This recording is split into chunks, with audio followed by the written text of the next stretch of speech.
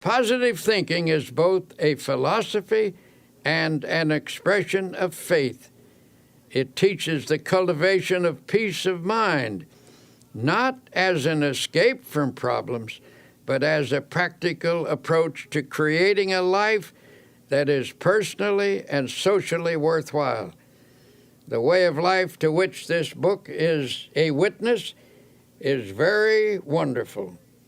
Although the road can be a difficult one, it is also full of hope and victory and even joy. It is my sincere hope that you will take these principles to heart and discover for yourself how the power of positive thinking can truly change your life. The greatest secret for eliminating the inferiority complex, which is another term for profound self-doubt, is to fill your mind to the overflowing with faith. Develop a tremendous faith in God, and that will give you a humble yet soundly realistic faith in yourself. And how do you acquire this dynamic faith? Well, the answer begins with the study of the Scriptures and the use of prayer, lots of prayer. The Scriptures say, according to your faith be it unto you. The bigger your problem, the bigger your prayer should be. Drive your prayers deep into your doubts, into your fears and insecurities.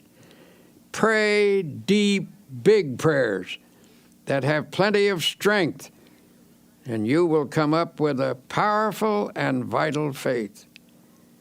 It is also helpful to go to a competent spiritual advisor, a minister, a priest, or a rabbi for instruction.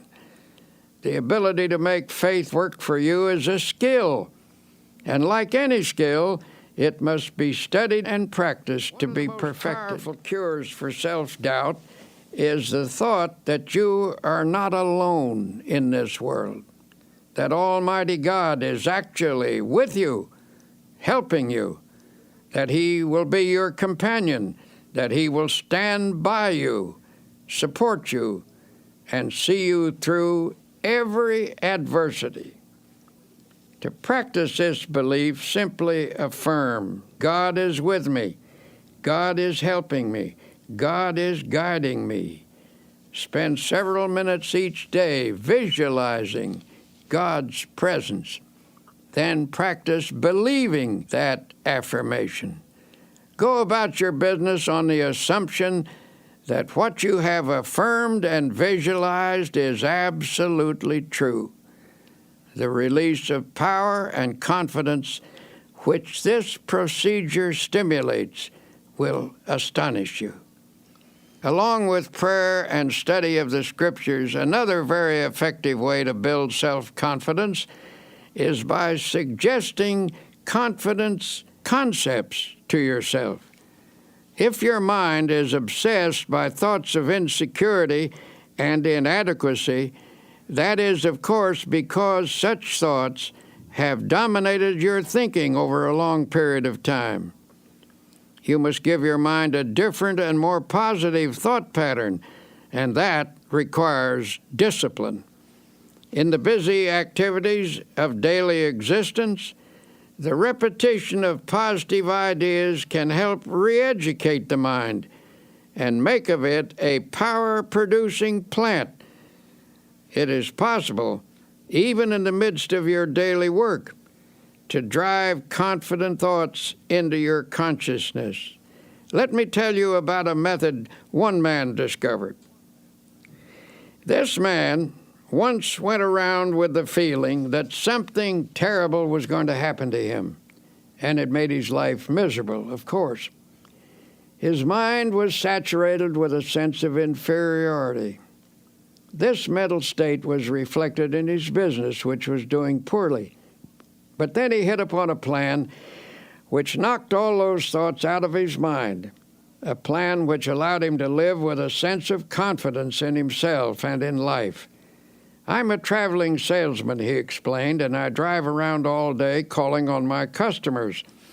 I've discovered that while a person drives, he or she thinks all kinds of thoughts. If the pattern of thought is negative, one will think many negative thoughts during the day, And that's the way I used to be, he said. I used to drive around all day between calls with my mind full of fear and defeat. And that is one of the reasons my work was going so poorly. Then he showed me his plan. In his glove compartment, he kept a pack of small cards. He chose one and clipped it on the instrument panel of his car. It read, "If you have faith, nothing shall be impossible unto you." He pulled out another which read, "If God be for us, who can be against us?" He told me that as he drove around, he memorized these thoughts. He said, "I've learned to think differently as a result of this practice. The old insecurities that used to haunt me are just about all gone now. And instead of thinking thoughts of defeat and despair, I think thoughts of faith and courage. It is really wonderful the way this method has changed me. It has helped my business too. For how can you expect to make a sale if you approach a customer thinking you're going to fail? This plan is a very wise one. By filling his mind with affirmations of the presence, support, and help of God, this man actually changed his thought processes. He put an end to the domination of his long-held sense of insecurity. His potential powers were set free. Feelings of confidence depend upon the type of thoughts that habitually occupy your mind. If constantly you fix your attention upon dire events that might happen, the result is that you will constantly feel insecure. And what is even more serious is the tendency to create, by the power of thought, the very condition you fear. But when you fill your mind with thoughts of faith, confidence, and security, you force out all thoughts of doubt and weakness. One man I know used a process I'll repeat often in this tape. He went through the Bible and underlined every passage about courage and confidence that he could find. He then committed these lines to memory, in effect, cramming his mind full of the healthiest, happiest, and most powerful thoughts in the world. After a few weeks, the change in him was little short of remarkable. From almost complete defeat, he became an inspiring and confident personality. He now radiates courage and magnetism. He regained confidence in himself and in his own powers by a simple process of thought conditioning. Ralph Waldo Emerson declared a tremendous truth when he said, "They conquer who believe they can." He also said, "Do the thing you fear, and the death of fear is certain." Practice confidence and faith, and your fears and insecurities will soon have no power over you. From daily difficulties to large-scale problems, tend to dissipate energy and leave you spent and discouraged. In such a condition, your true inner power is often obscured, and it becomes easy to yield to setbacks by feeling hopeless.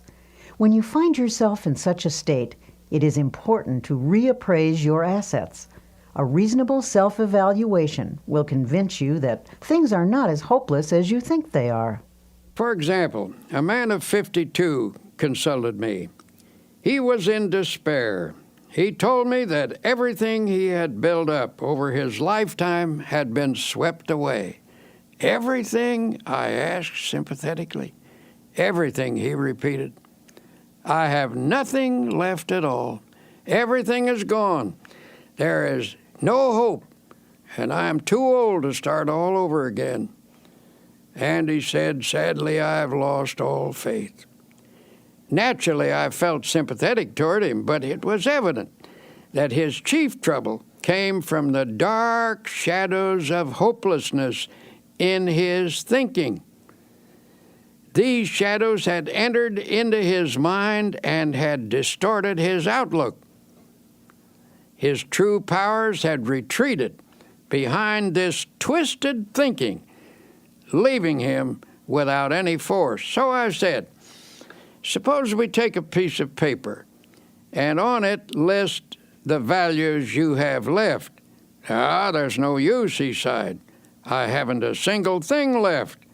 Well, I said, let's just see anyway. Now, is your wife still with you? Why, yes, of course, and she's wonderful, he added.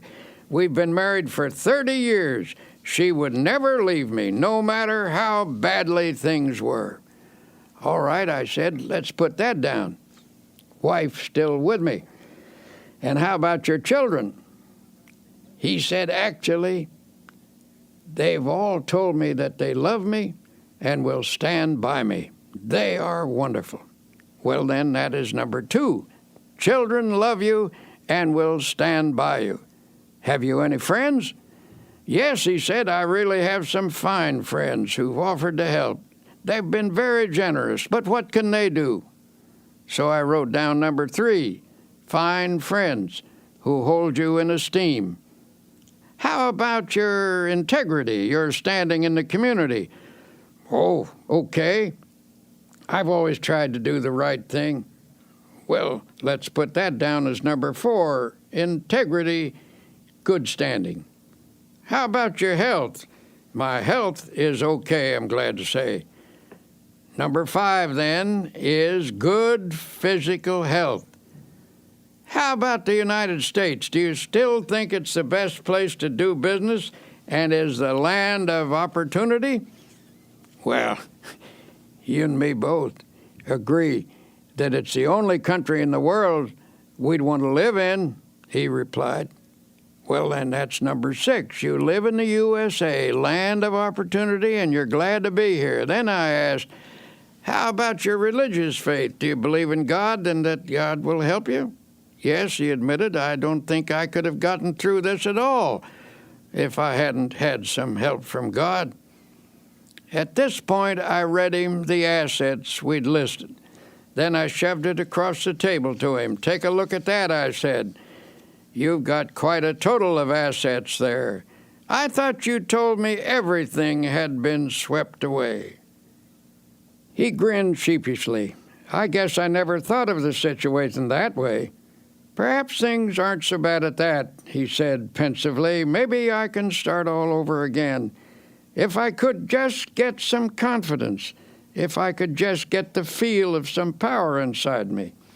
Well, in time, he did get that feeling, and he did start all over again. But he did so only when he changed his viewpoint, his mental attitude.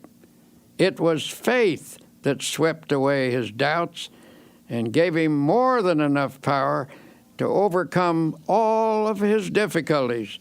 And I must admit, he had plenty illustrates a at profound the time. truth, that attitudes are more important than facts. Anything facing us, however difficult, is not as important as our attitude towards it. The secret to rising above most difficulties is simply to gain a more balanced view, with a slant that is weighted a bit on the positive side. So if you feel you are defeated and have lost confidence in your ability to win, tell you what you do. Take a piece of paper and make a list, not of the factors that are against you, but of those that are for you. If anyone thinks constantly of opposing forces, those forces will get built up until they assume a formidable strength, which they actually don't possess. But if you mentally visualize and affirm and reaffirm your assets, you will rise out of even the most awesome difficulty. Your inner powers will reassert themselves, and with the help of God, lift you from defeat to victory. To help you start building up your self-confidence, here are 7 suggestions. 1. Create a mental picture of yourself as a success. Hold on to this picture tenaciously. Never permit it to fade. Since your mind tries to complete what it pictures, always picture success, no matter how badly things seem to be going at the moment. Whenever a negative thought about your personal power comes to mind, deliberately voice a positive thought to cancel it out. 2. Don't build up obstacles in your imagination. Minimize them instead. Problems should be seen for what they are and never inflated by fearful thoughts. 3.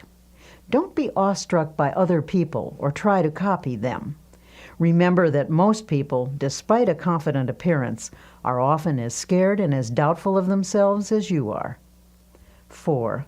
Get a competent counselor to help you understand the origin of your feelings of inferiority and self-doubt. These feelings often begin in childhood.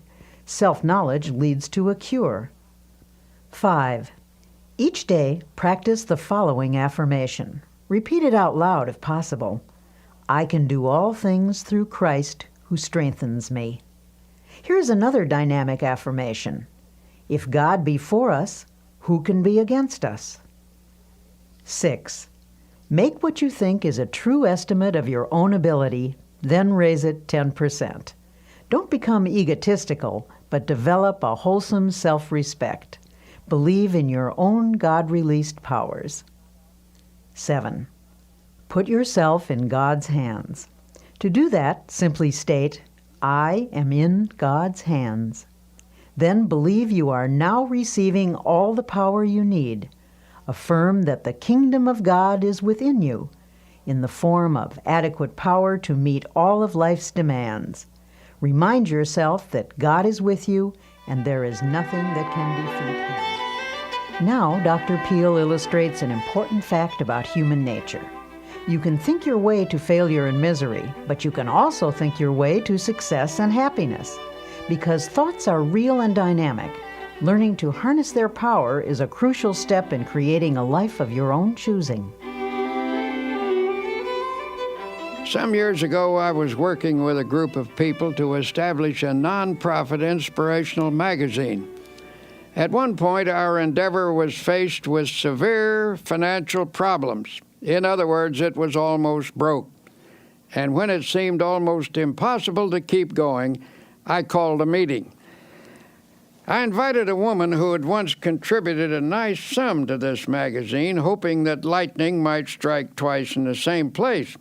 But this time, she said she would give us something of greater value than money. This rather surprised us, for under the circumstances, we couldn't think of anything more valuable than money. When she told us she was going to give us a creative idea, we didn't jump with enthusiasm. All we could think was, how can we pay our bills with an idea? But, as it turned out, an idea is precisely what helped us pay our bills. Every achievement in the world was first initiated as a creative idea. First the idea, then faith in it, then the means of implementing the idea. That is the way success proceeds. This woman continued. Now she said, here is the idea. What is your present trouble? Your trouble is that you lack everything, don't you? You lack money, you lack subscribers, you lack equipment, you lack courage. And why do you suppose you lack everything? Why, simply because you're only thinking about what you lack. You are constantly thinking lack thoughts, and you have thereby created a condition of lack. She told us if you constantly think about what you don't have, you keep creating the conditions that keep you in this state. By emphasizing only what you lack, you frustrated the creative forces that can get this project really rolling. She said, from the standpoint of doing a lot, you've been working very hard, but you failed to do the one all-important thing that will lend power to all your other efforts. You have not employed positive thinking. To correct the situation, she advised us to reverse the mental process and begin to think, instead of lack, to think prosperity, achievement, and success. She told us, don't hold on to the mental pictures of difficulties and failures. Lift your mind above them and visualize instead powers and achievements. When you elevate your thoughts into the realm of attainment, you look down on your problems rather than up at them, and thus you get a more encouraging viewpoint. Always come up over your problems mentally. Never approach a problem from below. Wise advice, if you ask me. She told us the key was to visualize the solution to our problem. Suddenly she asked, how many subscribers do you need to keep this magazine going? At that time, we had only 40,000 paid subscribers. I thought quickly and said 100,000 would do it. All right, she said confidently. That's not too hard. In fact, that's easy. All you need to do is to visualize 100,000 people being creatively helped by this magazine, and you will have them. In fact, the minute you can see them, image and visualize them in your mind, you already have them. She turned to me and she said, can you see 100,000 subscribers at this minute? Look out there. Look ahead of you in your mind. Can you see them? Well, I wasn't convinced, and I said rather doubtfully, well, maybe so, but they seem pretty dim to me. She seemed a little disappointed in me as she repeated, use your imagination to visualize those 100,000 subscribers. I guess my imagination wasn't working too well because all I could see was the insufficient but actual 40,000 paid subscribers. Then she turned to someone else. Can you see 100,000 subscribers, she asked. I rather doubted that he would either, but this fellow does have a creative imagination, and I noticed by the fascinated look on his face that she had him. He was gazing straight ahead with a look of wonder. When she asked again, do you see the 100,000 subscribers? Yes, he cried eagerly. Yes, I do see them. Electrified, I demanded, where are they? Point them out to me. Then I, too, began to visualize them. Now, continued the woman, let us say a prayer and together thank God for giving us 100,000 paid subscribers. Frankly, I thought that was pushing the Lord rather hard. But then I remembered a verse in the Scripture where it says, and all things whatsoever ye shall ask in prayer, believing, ye shall receive them.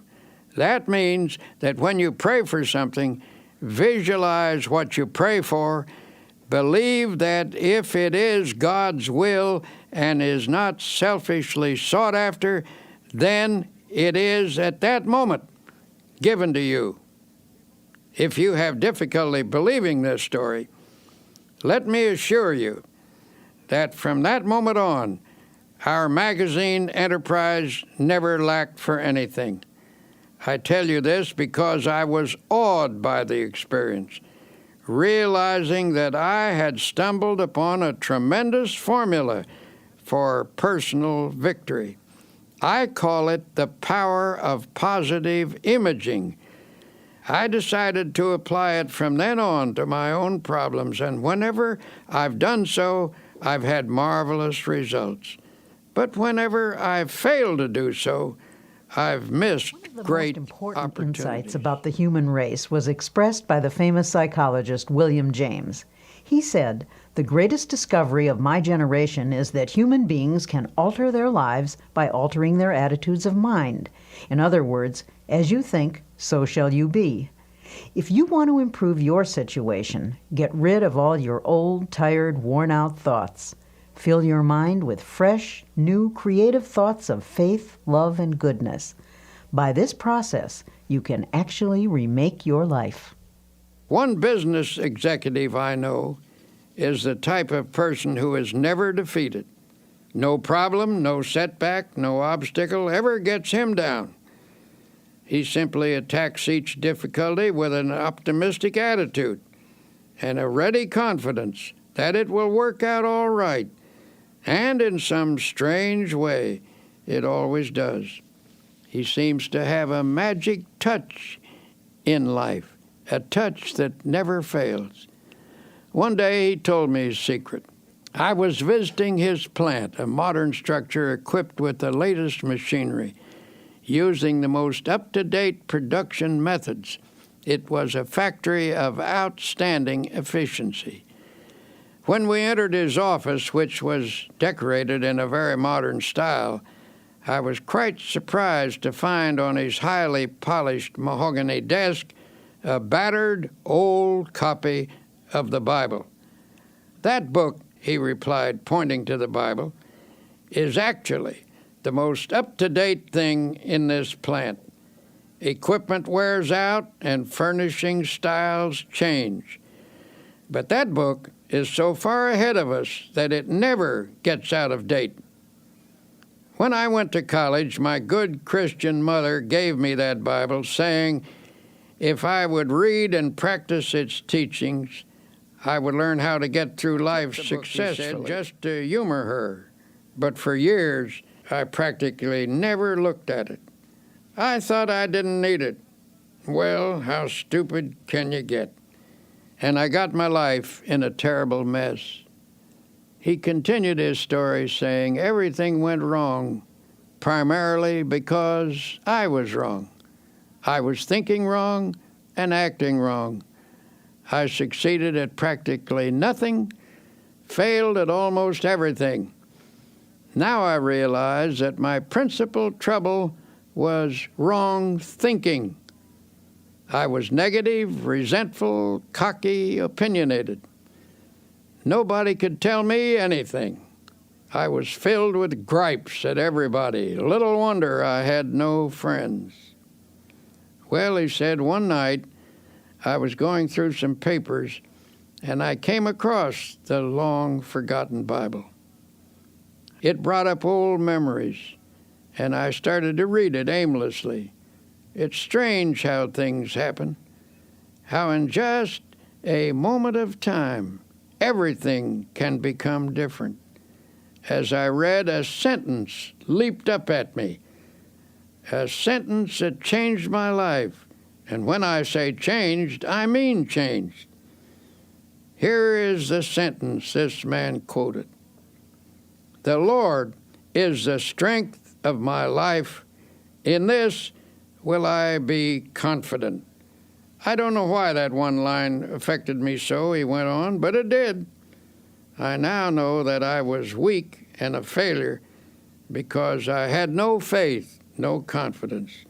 But when I read that line, something clicked in my mind. I guess I had what they call a spiritual experience. I decided to put my faith in God thereafter and sincerely try to do my best, following the principles laid down in the Bible. As I did so, I began to get hold of a new set of positive thoughts. In time, my old ways of thinking faded away, and these new thoughts took over and remade me. This incident illustrates an important fact about human nature, which is you can think your way to failure and misery, but you can also think your way to success and happiness. The world in which you live is not primarily determined by outward conditions and circumstances, but by the thoughts that habitually occupy your mind. As Emerson declared, a man is what he thinks about all day long. It has been said that thoughts are things, that they actually possess dynamic power. You can actually think yourself into or out of situations. You can make yourself ill with your thoughts, and by the same token, you can make yourself well by the use of a healing type of thought. Think positively, and you create an atmosphere that nurtures the development of positive outcomes. Potential positive ideas are working in your mind. By releasing and developing these ideas, you can solve your financial problem or your business situation or anything.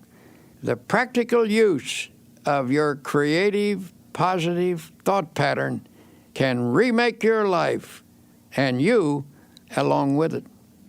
There was a time when I acquiesced in the silly idea that there is no relationship between faith and prosperity, that when one talked about religion, it should never be related to achievement, that it dealt only with ethics and morals or social values. But I came to realize that such a viewpoint limits the power of God and the development of the individual. Christianity teaches that there is a tremendous power in the universe, and that this power can and does dwell in personality. It is a power that can blast out all defeat and lift a person above every difficult situation.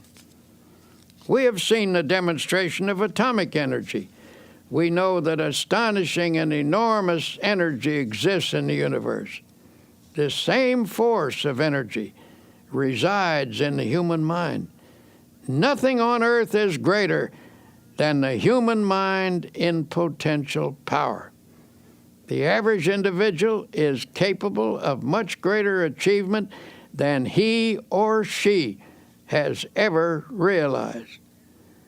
When you actually learn to release your potential power, you will discover that your mind contains ideas of such innovative and creative value that you need not lack for anything anymore. By the full and proper use of your power, stimulated by God's power, you can make just about anything of your life, anything you will pray for and work for. So, tell you what, look deeply into your mind. Amazing wonders are there.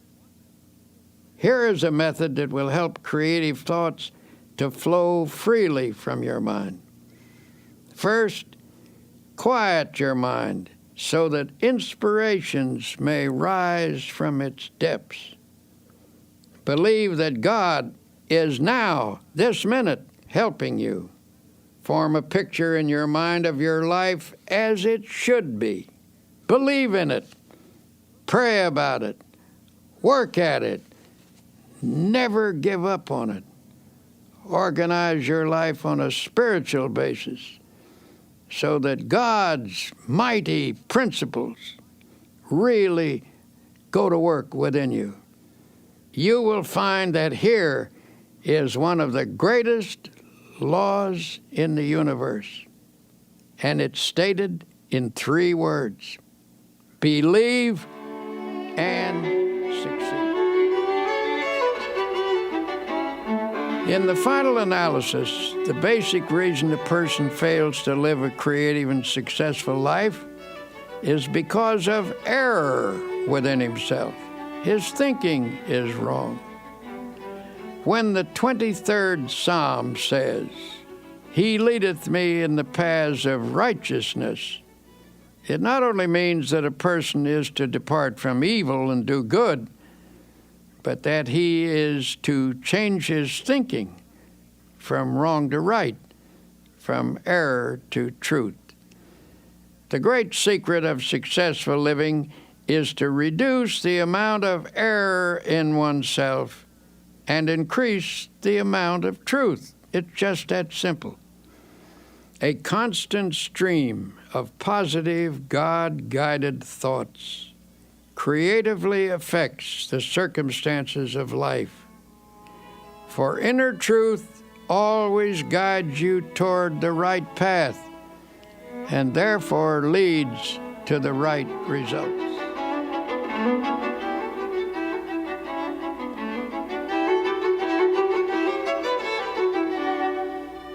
Here are some practical suggestions for changing your mental attitude from negative to positive.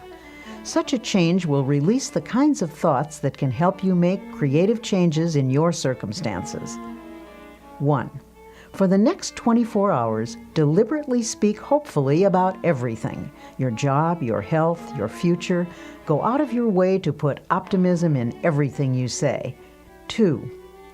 After speaking hopefully for 24 hours, continue the practice for 1 week. Then you can permit yourself to be realistic for a day or two.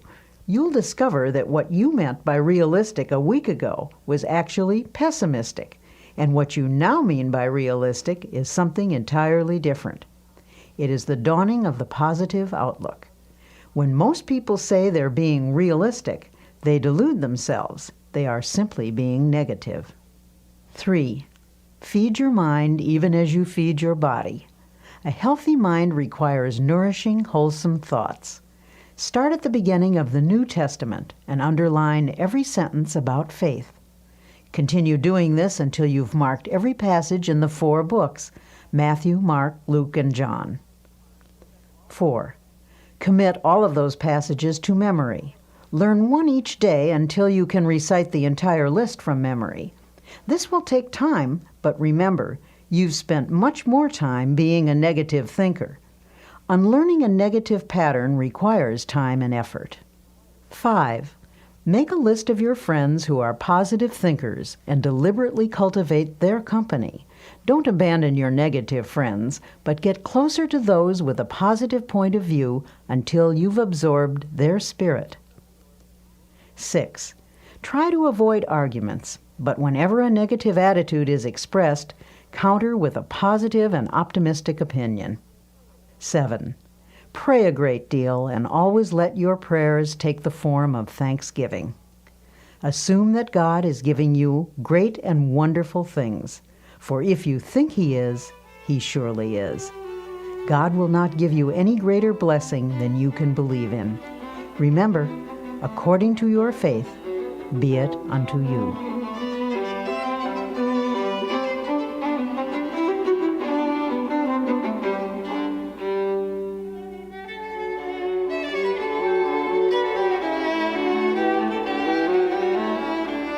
We've all had problems from time to time, and for some of us they've been so large we're tempted to think that no power on earth can save us. You'll see that some people don't look at things that way. They've found there is an answer to every problem. There is a power that can help: prayer. Personally, I believe that prayer is a sending out of vibrations from one person to another and to God. The entire universe is in vibration. The air is filled with vibration. There are vibrations even in the molecules of a table. The reaction between two human beings is in vibration. When you send out a prayer for another person, you are activating the forces of a spiritual universe. You transmit from yourself to another person a sense of love, helpfulness, support, a sympathetic, powerful understanding. In this process, you awaken the creative vibrations through which God brings to pass the good things you pray for. Prayer power is a manifestation of energy. Just as there are scientific techniques for the release of atomic energy, so are there procedures for the release of spiritual energy through prayer. Tension and other related troubles can result from a lack of inner harmony, but it is remarkable how prayer restores the harmonious functioning of body and soul. It appears that even the aging process can be held in check by prayer. You need not lose your vital energy or become weak and listless just because of accumulating years. nor is it necessary for your spirit to sag or become dull. Prayer can actually freshen you up every evening and send you out renewed every morning. And of course, if prayer is driven deeply into your subconscious, you can receive guidance in problems. If you haven't experienced this power, perhaps you need to learn some new techniques of prayer. It is important to realize that you're dealing with the most tremendous power in the world when you pray. The process that most effectively opens your mind to God. Any method which stimulates the flow of God's power into your mind is highly creative. If you've been praying in a certain manner, even if it's brought blessings, which it doubtless has, perhaps you can pray even more profitably by varying the pattern and by experimenting with fresh prayer formulas. One man I know opened a small business in New York City a number of years ago. He characterized his first establishment as a little hole in the wall. He had only one employee.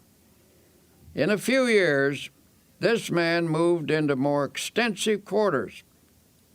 It became a very successful operation. As he described it, his method of business was to fill the little hole in the wall with optimistic prayers and positive thoughts. He declared that hard work, positive thinking, fair dealing, right treatment of people, and the proper kind of praying always gets results. This man, who certainly has a creative and innovative mind, worked out his own formula for solving his problems. It's a curious formula, but I have practiced it myself, and I know that it works. 1. Prayerize. 2. Picturize. 3. Actualize. By prayerize, he meant a daily system of creative prayer. When a problem arose, he talked it over with God very simply and directly. He didn't talk to God as to some vast and far-off shadowy being, but conceived of God as being with him there in his office, in his home, on the street, in his car, always nearby as a partner and close associate. He took seriously the biblical injunction to pray without ceasing. He interpreted this to mean that he should go about the business of each day, discussing with God in a natural manner the questions and decisions that had to be resolved. He filled his daily life full of prayer. That is to say, he lived by prayer. For example, he would say, "What will I do about this, Lord?" Or, "Give me a fresh insight on this, Heavenly Father." The presence of God finally came to dominate his conscious and ultimately his unconscious thinking. In effect, he prayerized his daily life and business. In his formula of creative prayer is to picturize. We've all seen how the person who assumes success tends to already have success. People who assume failure tend to have failure. When either failure or success is pictured, there is a very strong tendency for that picture to actualize as fact and become reality. To assure something worthwhile happening, therefore, first pray about it and test it according to God's will. Then print a picture of it on your mind as happening, holding that image firmly in consciousness. Continue to check that picture to God's will. That is to say, put the matter in God's hands and follow God's guidance. Work hard and intelligently, thus doing your part to achieve success in the matter. Practice believing and continue to hold the picture firmly in your thoughts. Do this, and you will be astonished at the ways in which that which is visualized comes to pass. A woman became aware she and her husband were drifting apart. Theirs had been a happy marriage, but the wife became preoccupied with social affairs, and the husband had gotten super busy. Before they knew it, the old-time close companionship was gone. Then, one day, she discovered his interest in another woman. At this, she lost her head and became hysterical. When she consulted her minister, he listened to her tale and then turned the conversation to herself. She admitted that she had become self-centered, sharp-tongued, and nagging. She then confessed that she had never felt herself the equal of her husband. Her sense of inferiority had made her retreat actually into antagonism. The minister suggested that she create an image of herself as capable and attractive. He whimsically told her that God runs a beauty parlor and that faith techniques could put beauty on a person's face and charm and ease in their manner. He gave her instruction in how to pray and how to spiritually picturize. He also advised her to hold a mental image of the goodness of her husband and of being once again in harmony and companionship with him. She was to hold this picture tenaciously with faith. Soon after this, her husband informed her that he wanted a divorce. She had conquered herself enough by now to receive this request with calmness. She replied that she was willing if he wanted it, but suggested they defer the decision for 90 days. If he still wanted a divorce at the end of this period, she would cooperate with him. Night after night he went out, and night after night she sat at home. But now she pictured him as seated in his old chair. She painted an image of him there, comfortably reading as in the old days. She visualized him puttering around the house, painting and fixing things as he used to do. She visualized the two of them playing golf together and taking hikes as they once did. She maintained this picture with steady faith, and one night, what do you know? There he actually sat in his old chair. She looked twice to be sure that it was the reality rather than the picturization, but perhaps a picturization is a reality, for at any rate, the actual man was actually there. After that night, he still went out occasionally, but more and more frequently, he sat in his chair. Then he began to read to her, as in the old days. Finally, one sunny Saturday afternoon, he asked, "What do you say to a game of golf?" The days went by pleasantly until she realized that the 90th day had arrived. That evening she said quietly, "Bill, this is the 90th day." "What do you mean?" he asked, puzzled. "The 90th day. Why, don't you remember? We agreed to wait 90 days to settle that divorce matter, and this is the day." He looked at her for a moment, and then, hidden behind his paper, He casually turned a page and said, "Don't be silly. I couldn't possibly get along without you. Where did you get the idea I would ever leave you?" The New Testament says the kingdom of God is within you. It is informing us that God has provided us with all the potential abilities we need. It is up to us to tap and develop those powers. A man I know is the chief of 4 executives in a successful company. At regular intervals, these men have idea sessions. The purpose of these meetings is to tap all the creative ideas lurking in the minds of any of the 4. For this session, they use a room without telephones, buzzers, or other usual office equipment.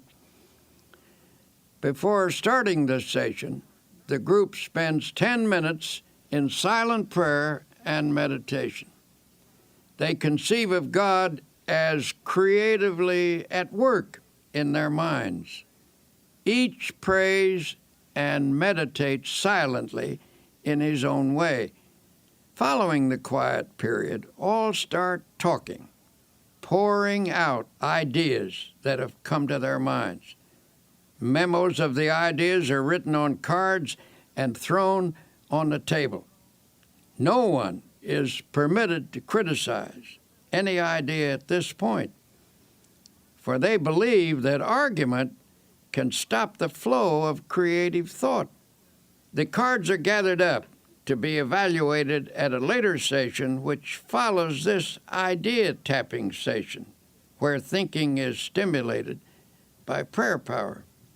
As one of the executives explained, we've come up with insights that not only show on our bottom line, but which have given us a new feeling of confidence. Beyond that, a deeper feeling of fellowship among the 4 of us has grown, and this has spread to others as well. Alert people everywhere are finding that by trying prayer power, they feel better, work better, sleep better, are better. A young woman came to me a while ago and admitted that she was filled with hate, jealousy, and resentment.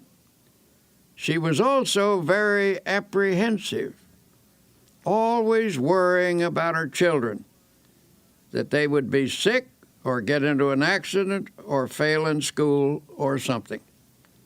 Her life was an unhappy mixture of fear and worry.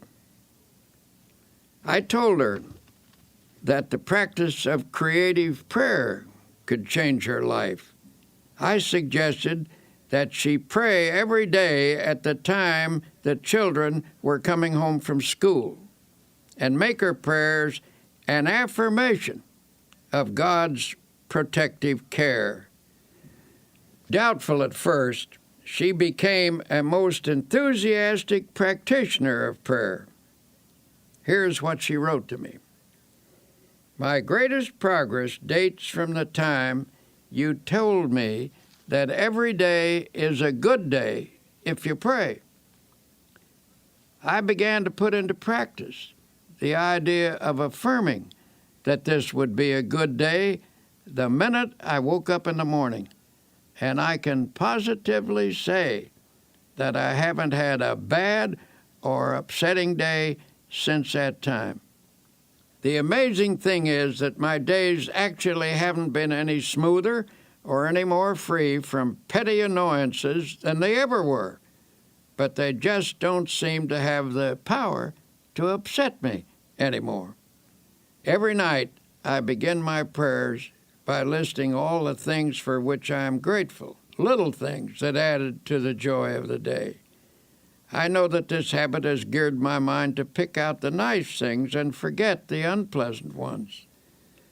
The fact that for 6 weeks I have not had a single bad day and have refused to get downhearted with anyone is really people marvelous find tremendous to me. power each day through prayer.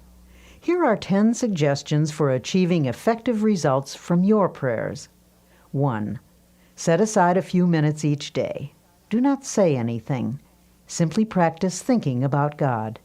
This will make your mind spiritually receptive. 2. Pray out loud using simple, natural words. Tell God anything that's on your mind. Talk to God in your own language. 3. Pray as you go about the business of the day, on the subway or bus or at your desk. Begin by closing your eyes to shut out the world and concentrate briefly on God's presence. 4. Don't always ask for something when you pray, but instead affirm that God's blessings are being given and spend most of your prayers offering thanks. 5. Pray with the belief that sincere prayers can reach out and surround your loved ones with God's love and protection. 6. Never use a negative thought in prayer. Only positive thoughts get results. 7. Always express willingness to accept God's will.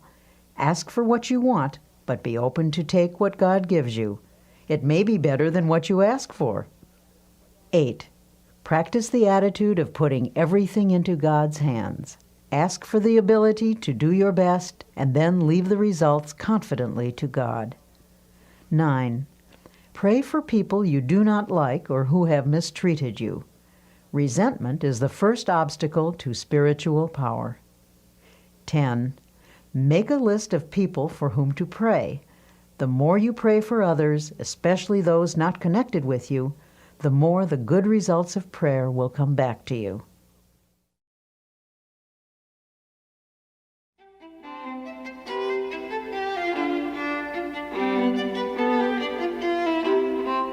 Some people, it seems, always have an extra dash of energy for just about any task they want to undertake.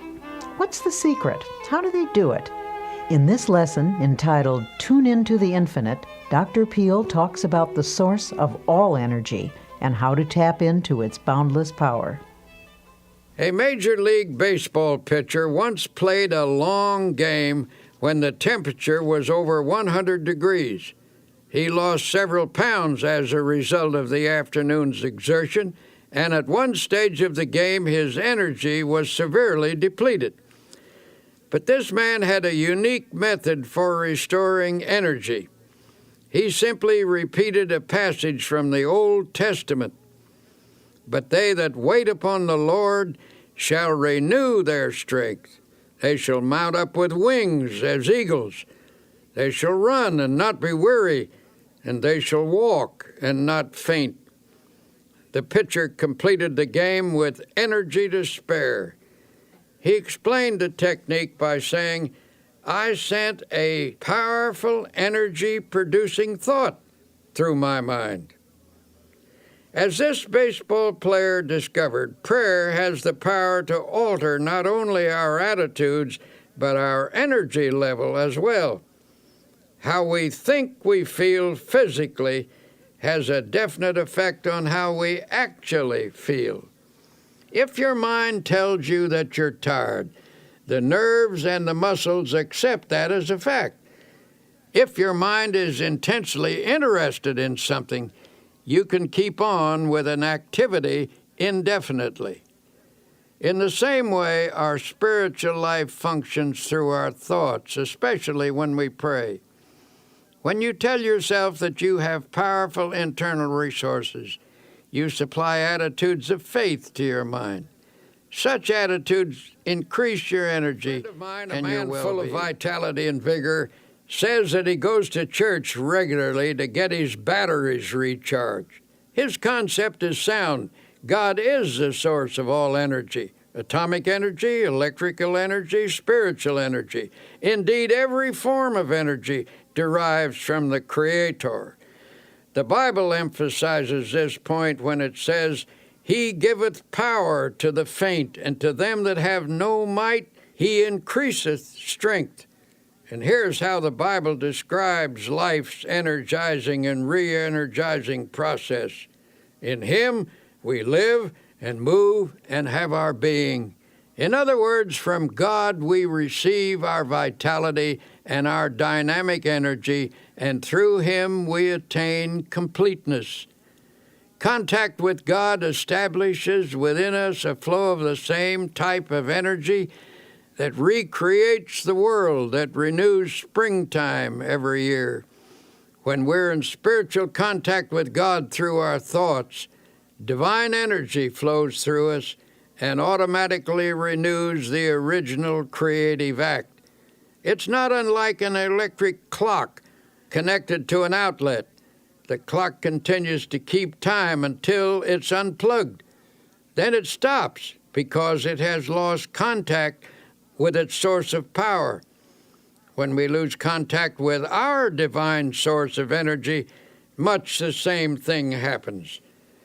We can tap into a reservoir of boundless power, and from this source we can draw on unlimited energy for body and mind.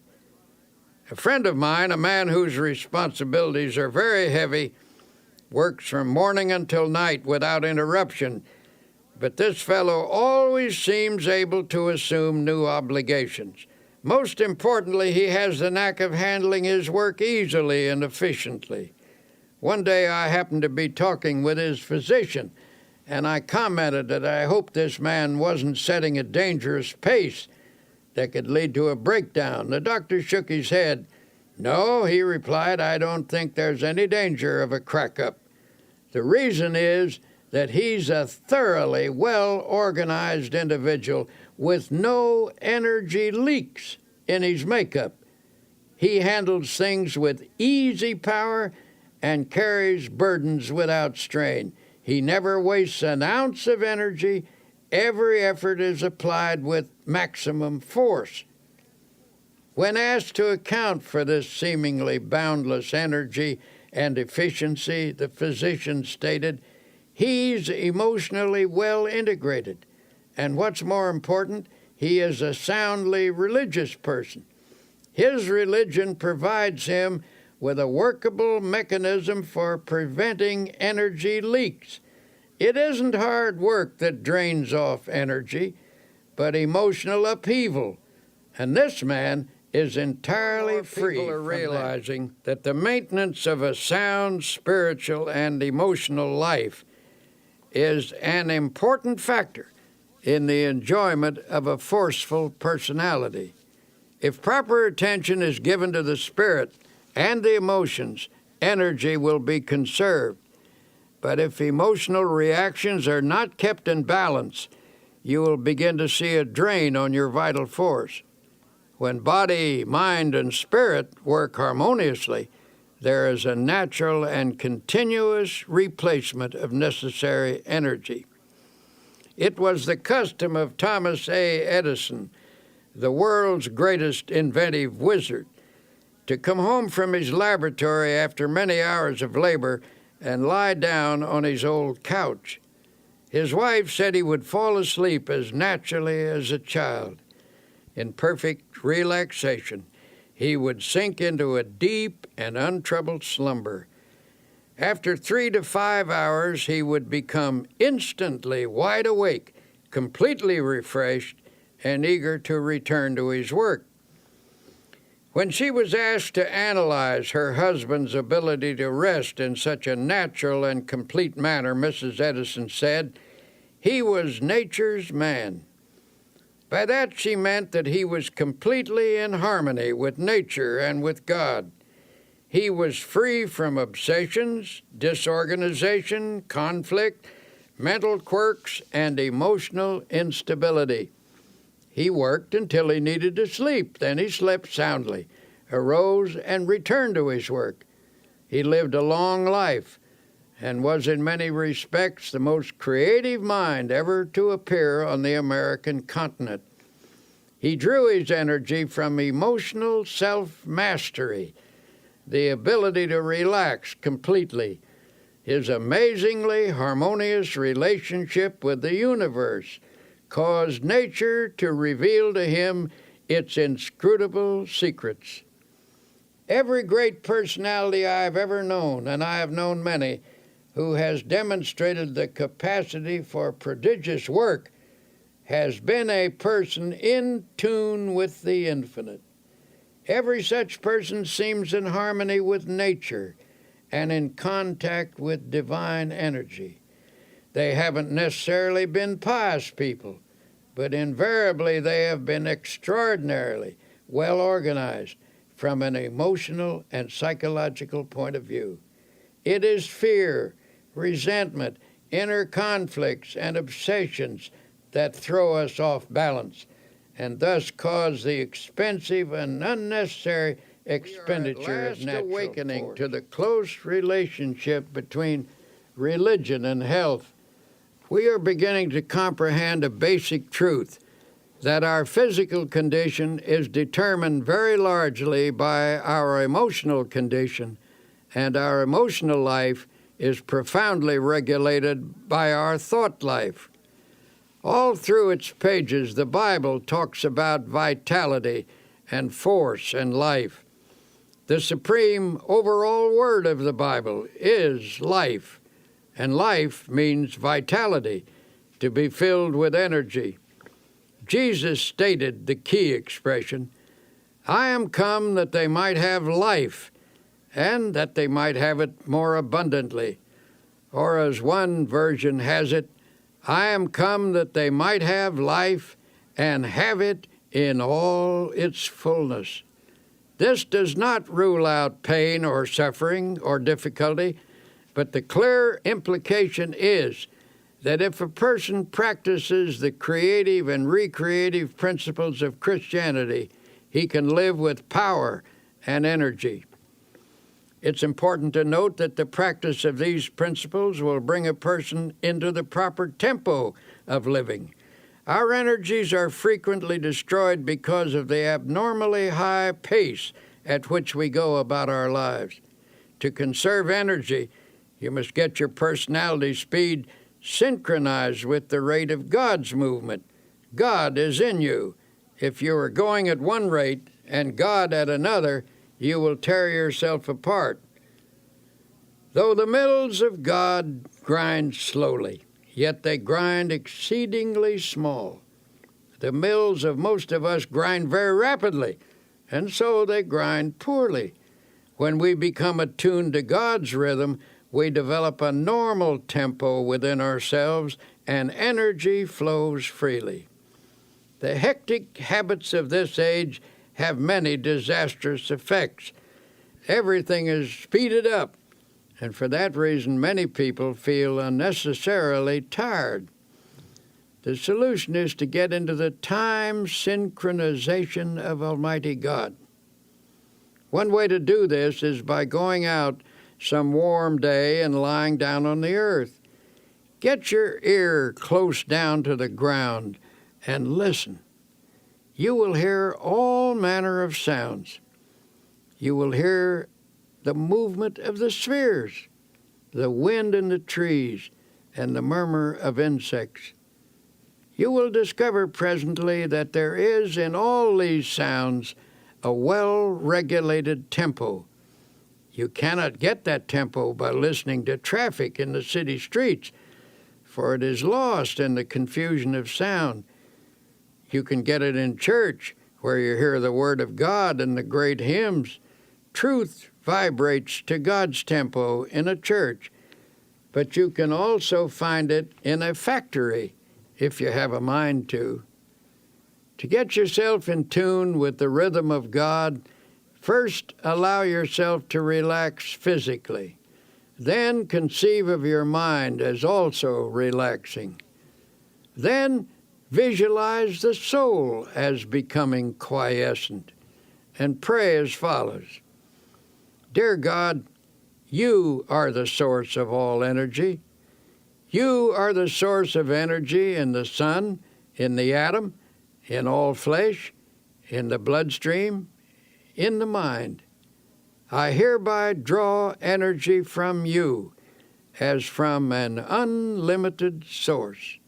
Then practice believing that you do receive energy.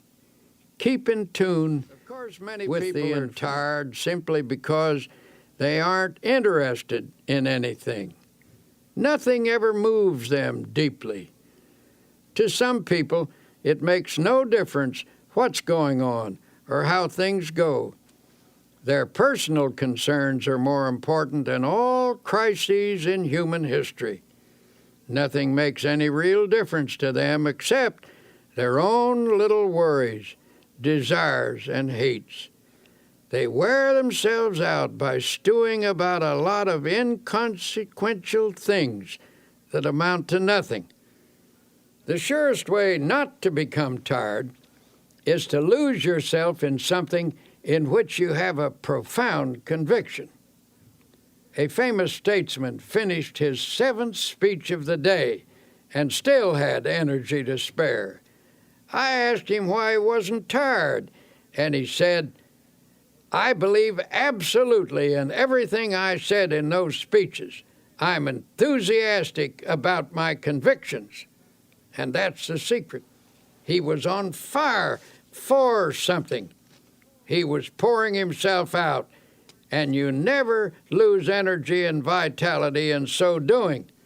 You only lose energy when life becomes dull in your mind. When you're doing nothing, your mind gets bored, and then you feel tired. But you don't have to be tired. Get interested in something. Get absolutely enthralled in something. Throw yourself into it with abandon. Get out of yourself. Be somebody. Do something. Don't sit around moaning about things, reading the paper, saying, "Why don't they do something?" The person who is out doing something isn't tired. The more you get absorbed in something bigger than yourself, the more energy you will have. You won't have time to think about yourself and get bogged down in your emotional difficulties. Another frequent cause of diminishing energy is staleness. The pressure, monotony, and unceasing continuity of responsibilities dull the freshness of mind which a person must have to approach his work successfully. During such dry periods, you have to expend much more energy to do with difficulty what you once did with comparative ease. A solution for this state of mind was employed by a businessman, the president of the board of trustees of a certain university. A professor who had once been outstanding and extraordinarily popular began to slip in teaching ability and in the power to stimulate his students. It was the verdict of the students, as well as the private opinion of the trustees, that this teacher must either recover his former teaching abilities or it would be necessary to replace him. The professor was told that the Board of Trustees was giving him a 6 months leave of absence with all expenses paid and with full salary. There was only one stipulation, that he go away to a place of rest and give himself over to gaining a complete renewal of strength and energy. The board invited him to use a cabin which he himself owned in a wilderness setting and made the curious suggestion that he take no books except one, the Bible. He suggested that the professor's daily program be walking, fishing, some manual work in the garden, and an extended period of reading the Bible. He encouraged the professor to memorize as many passages as possible in order to saturate his mind with the great words and ideas which the book contains. He said, "I believe that if you spend 6 months outdoors chopping wood, digging in the soil, reading the Bible, and fishing in deep lakes, you will become a new man." The professor agreed to this unique proposal. His adjustment to this radically different mode of life was an easier one than he or anyone who knew him expected. In fact, he was surprised to find that he actually liked it. After he became accustomed to active outdoor living, he discovered it had an immense appeal for him. He missed his intellectual associates and his reading for a while, but forced back upon the Bible, his only book, he became immersed in it. To his amazement, he found the Bible to be, as he put it, a library within itself. In the pages of the Bible, he found faith and peace and power. In 6 months, he was a new man. When he returned to teaching, his colleagues and students found him a person of compelling power and exciting inspiration. His staleness had gone, and the old-time energy returned. The spiritual retreat caused his power to surge again and renewed his zest for living. Here are a few suggestions for increasing your energy and vitality. 1. Remember, how you think you feel physically has a definite effect on how you actually feel. Tell yourself frequently that you have powerful internal resources. 2. God is the source of all energy. To tap into this boundless reservoir, repeat this affirmation: He giveth power to the faint, and to them that have no might, He increases strength.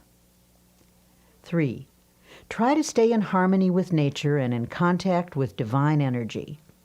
People who are free of fear, resentment, inner conflicts, and obsessions have an abundance of energy because they don't waste their precious emotional resources. 4. Get interested in something. People frequently feel tired because they aren't on fire for something outside their own small circle of interests. 5. Rejuvenate your spirit by taking yourself away from daily routines. Take along a Bible as your companion.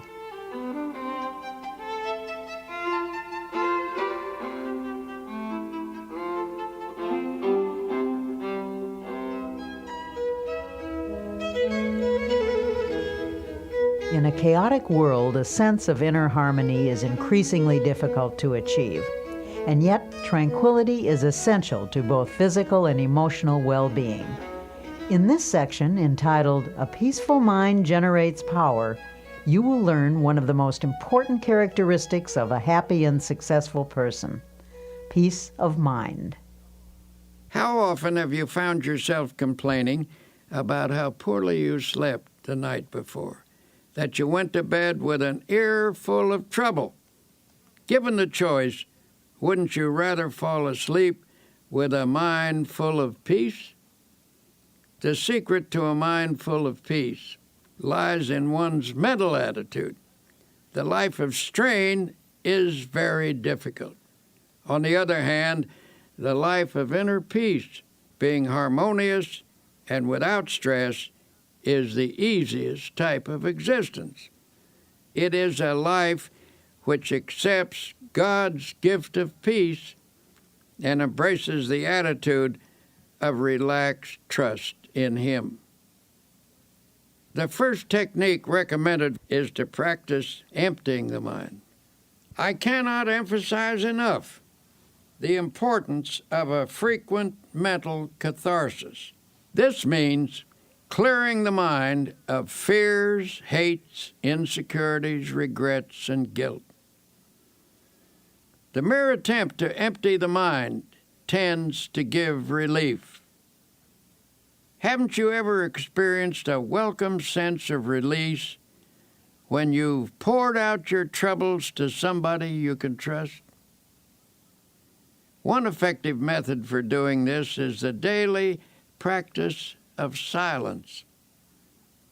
Everyone should insist upon at least 15 minutes of absolute silence every day. Go alone into the quietest place available and sit or lie down. Do not talk, do not write, do not read. Think as little as possible. Conceive of your mind as the surface of a body of water and see how nearly quiet you can make it so that there isn't even a ripple.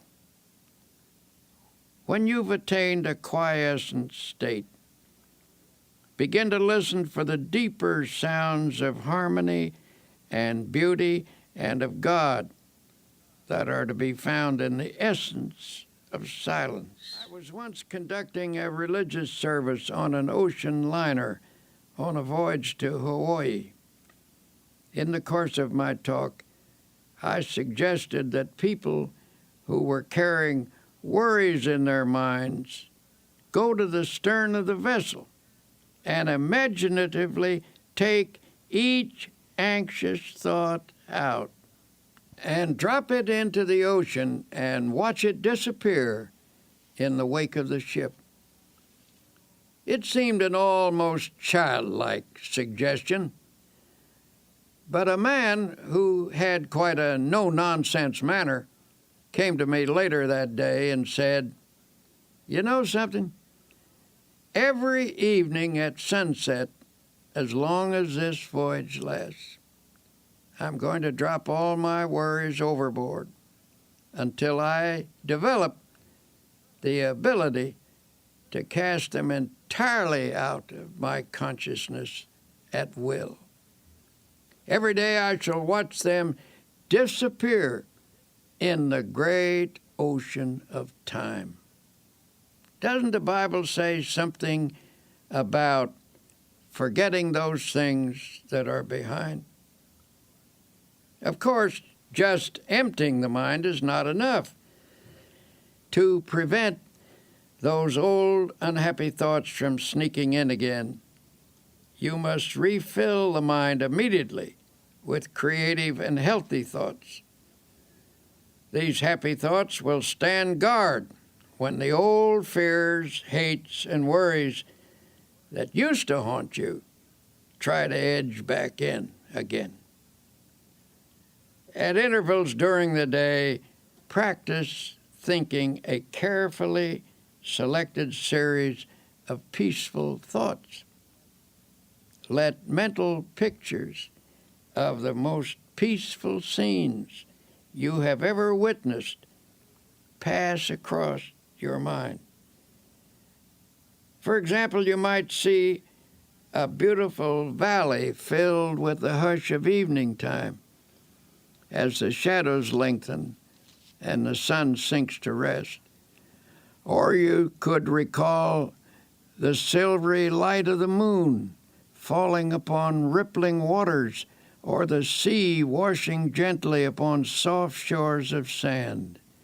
Serene images like these will work upon your mind as a healing medicine. You might also practice the techniques of repeating beautiful words out loud. Words have profound suggestive power, and there is healing in the very saying of them. Utter a series of panicky words, and your mind will immediately go into a mild state of nervousness. You will perhaps feel a sinking in the pit of your stomach that soon affects your entire body. If, on the other hand, you speak peaceful, quieting words, your mind will react in a peaceful manner. Use such words as, for example, tranquility. Repeat the word slowly several times.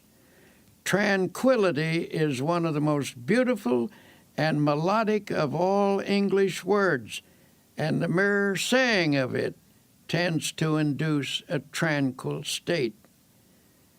It is also helpful to use lines from poetry.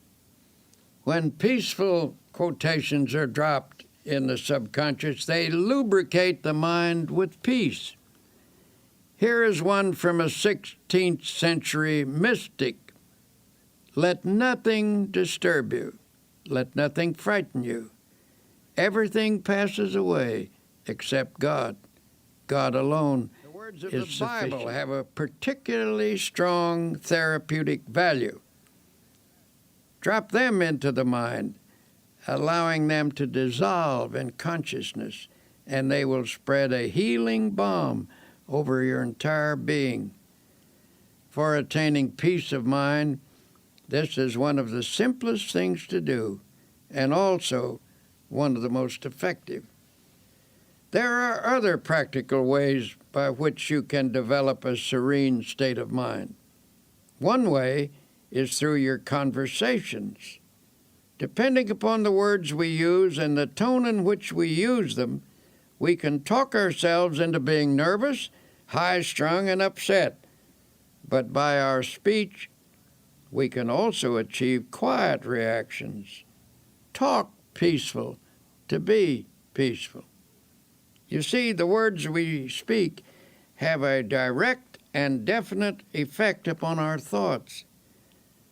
So in a group, when the conversation takes an upsetting trend, try injecting peaceful ideas into the talk.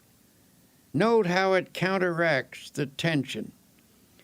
A conversation filled with unhappy expectation, at breakfast, for example, often sets the tone of the entire day. On the other hand, if you start each day by affirming peaceful attitudes, your days will tend to be pleasant and successful. Perhaps our lack of inner peace is due in part to the effect of today's increased levels of noise. Research indicates that certain amounts of noise in the place we work, live, or sleep affects the nervous system and reduces efficiency. Contrary to popular belief, it is doubtful if we ever completely adjust to some noises. No matter how familiar a repeated sound becomes, it never passes unheard by the subconscious. Automobile horns, the roar of airplanes, and other strident noises actually result in physical activity during sleep, transmitted to and through the nerves by these sounds, cause muscular movements which keep us from getting a real rest. On the other hand, the practice of silence is healing, soothing, and healthy. The sense of rest that results from the practice of complete silence is of utmost value. Now, there is another factor in the search for inner peace that I must mention.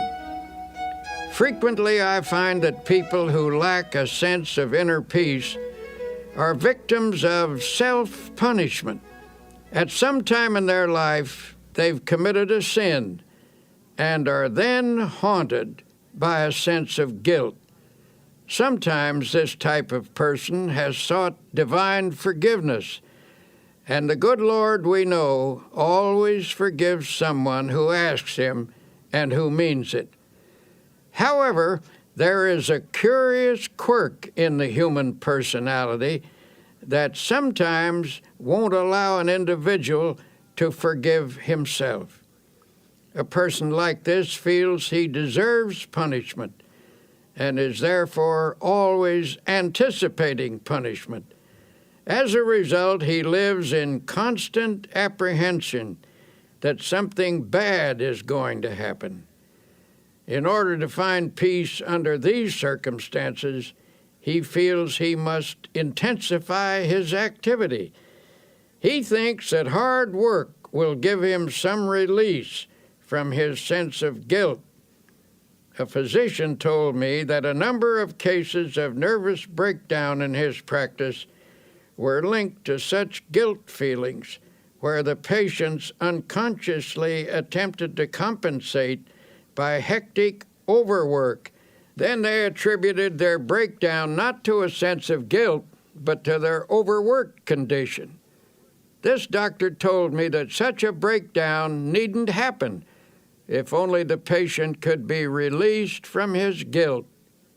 Under such circumstances, peace of mind can be found by yielding the guilt as well as the tension it produces to the healing therapy of God. An acquaintance at a quiet resort hotel. This was a high-pressured, hard-driving, and exceedingly nervous businessman. I found him sitting in the sun in a deck chair and said I was glad to see him relaxing in such a beautiful spot.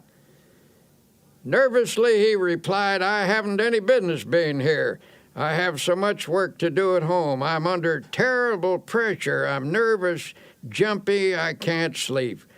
My wife insisted that I come down here for a week. The doctors say there's nothing wrong with me that right thinking and relaxation can't cure. But how in the world do I do that? I would do anything to get a sense of quiet inside myself.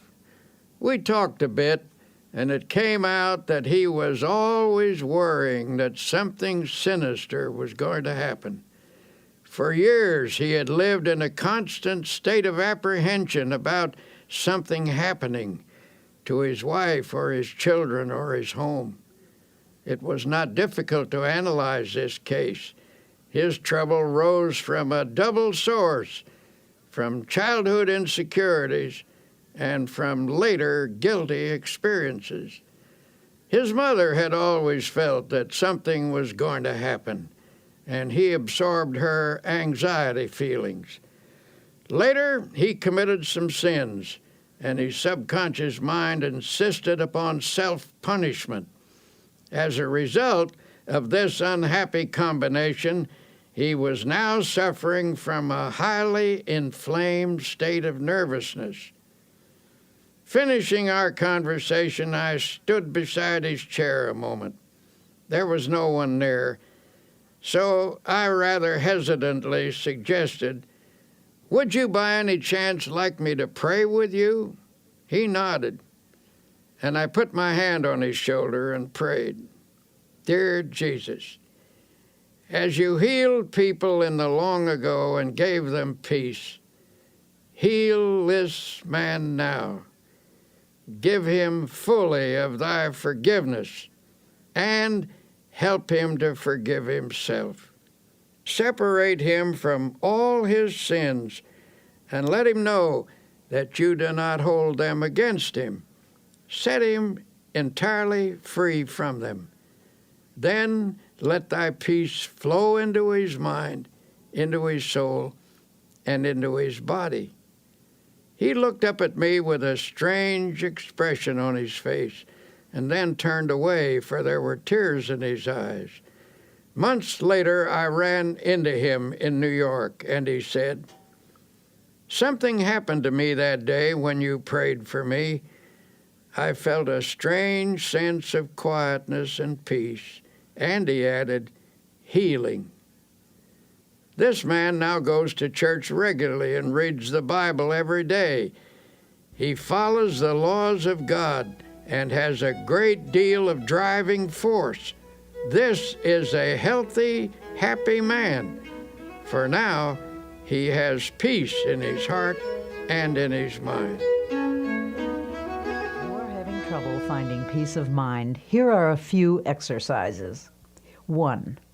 Every day, put aside 15 minutes for yourself when you can find absolute silence.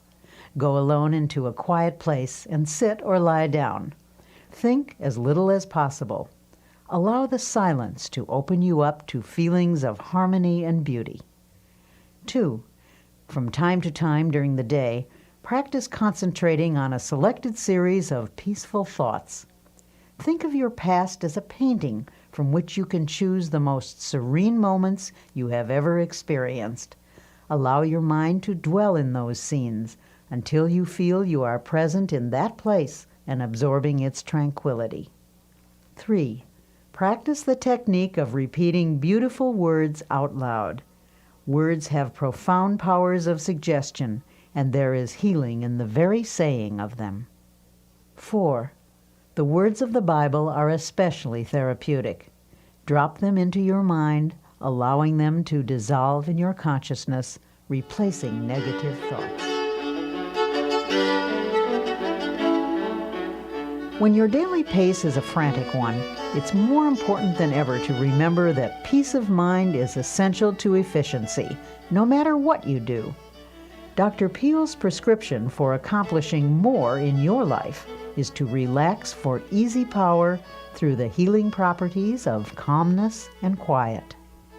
Do you ever fume and fret? Here is a picture of yourself if you do. The word fume means to boil up, to blow off, to be agitated. It conjures up images of someone who is seething and distraught. The word fret is equally descriptive. It is reminiscent of a sick child in the night, a petulant and irritating half-cry, half-whine. To fret is a term usually used when talking about children, but unfortunately it frequently describes the emotional reaction of many adults. The Bible advises us to fret not thyself. This is sound advice for people of our time. If we are to have power to live effectively, we just need to stop fuming and fretting and find instead real peace of mind. But how do you go about doing that? A first step is to reduce your pace, or at least the tempo of your pace. We don't usually realize how fast we're driving ourselves. Many people destroy their bodies by this pace, but even worse, they tear their minds and souls to shreds as well. The pace at which we live is determined by our thinking habits. It's possible for someone to live a quiet, physical existence and yet maintain a fast tempo emotionally. When the mind goes rushing on pell-mell from one feverish attitude to another, it becomes feverish too. This overstimulation produces fatigue, frustration, and emotional illness. And if this effect is so physically and emotionally pronounced, imagine what it does to that deep inner essence of the personality known as the soul. It is impossible to have peace of soul if one's tempo is so feverishly accelerated. God simply won't go that fast. He will not endeavor to keep up with you. He says, in effect, go ahead if you must with this foolish pace, and when you are worn out, I will offer you my healing. But I can make your life rich if only you will slow down and live and move and have your being in me. God moves imperturbably, slowly, and with perfect organization. The only wise rate at which to live is at God's rate. God gets things done, and they are done right, and He does them without hurrying. He neither fumes nor frets.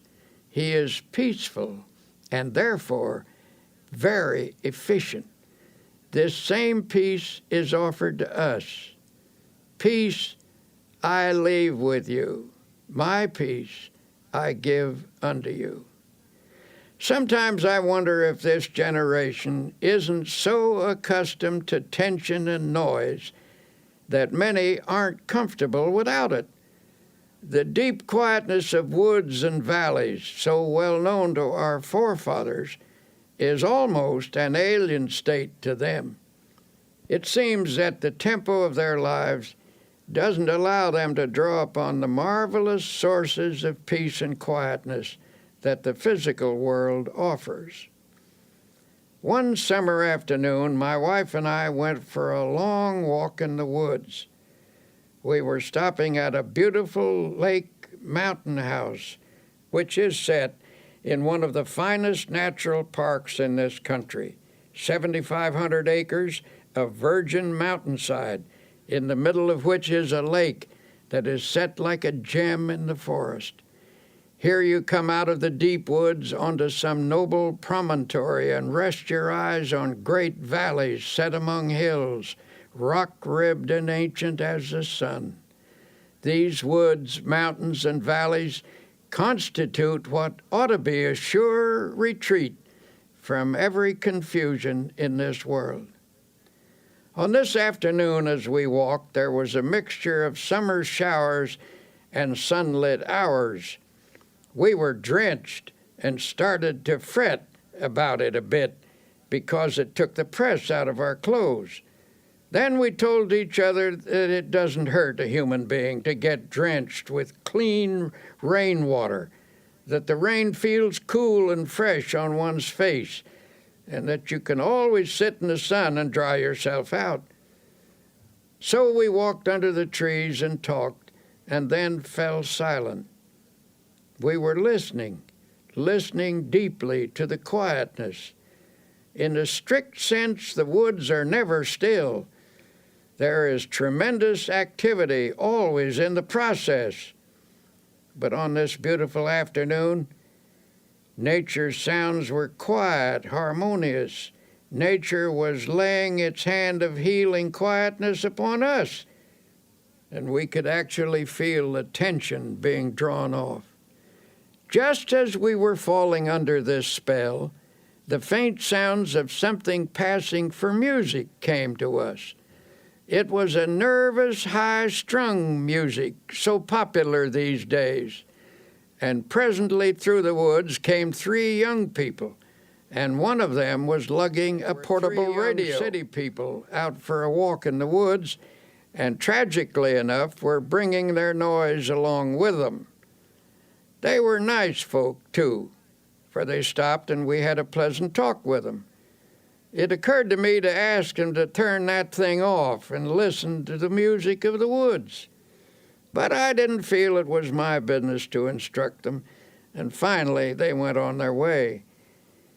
We commented on the loss they were incurring, that they could pass through this peacefulness and not give ear to the music that is as old as the world, harmony and melody the like of which man has never equaled, the song of the wind through the trees, the sweet notes of birds singing their hearts out, the whole background of the music of the spheres.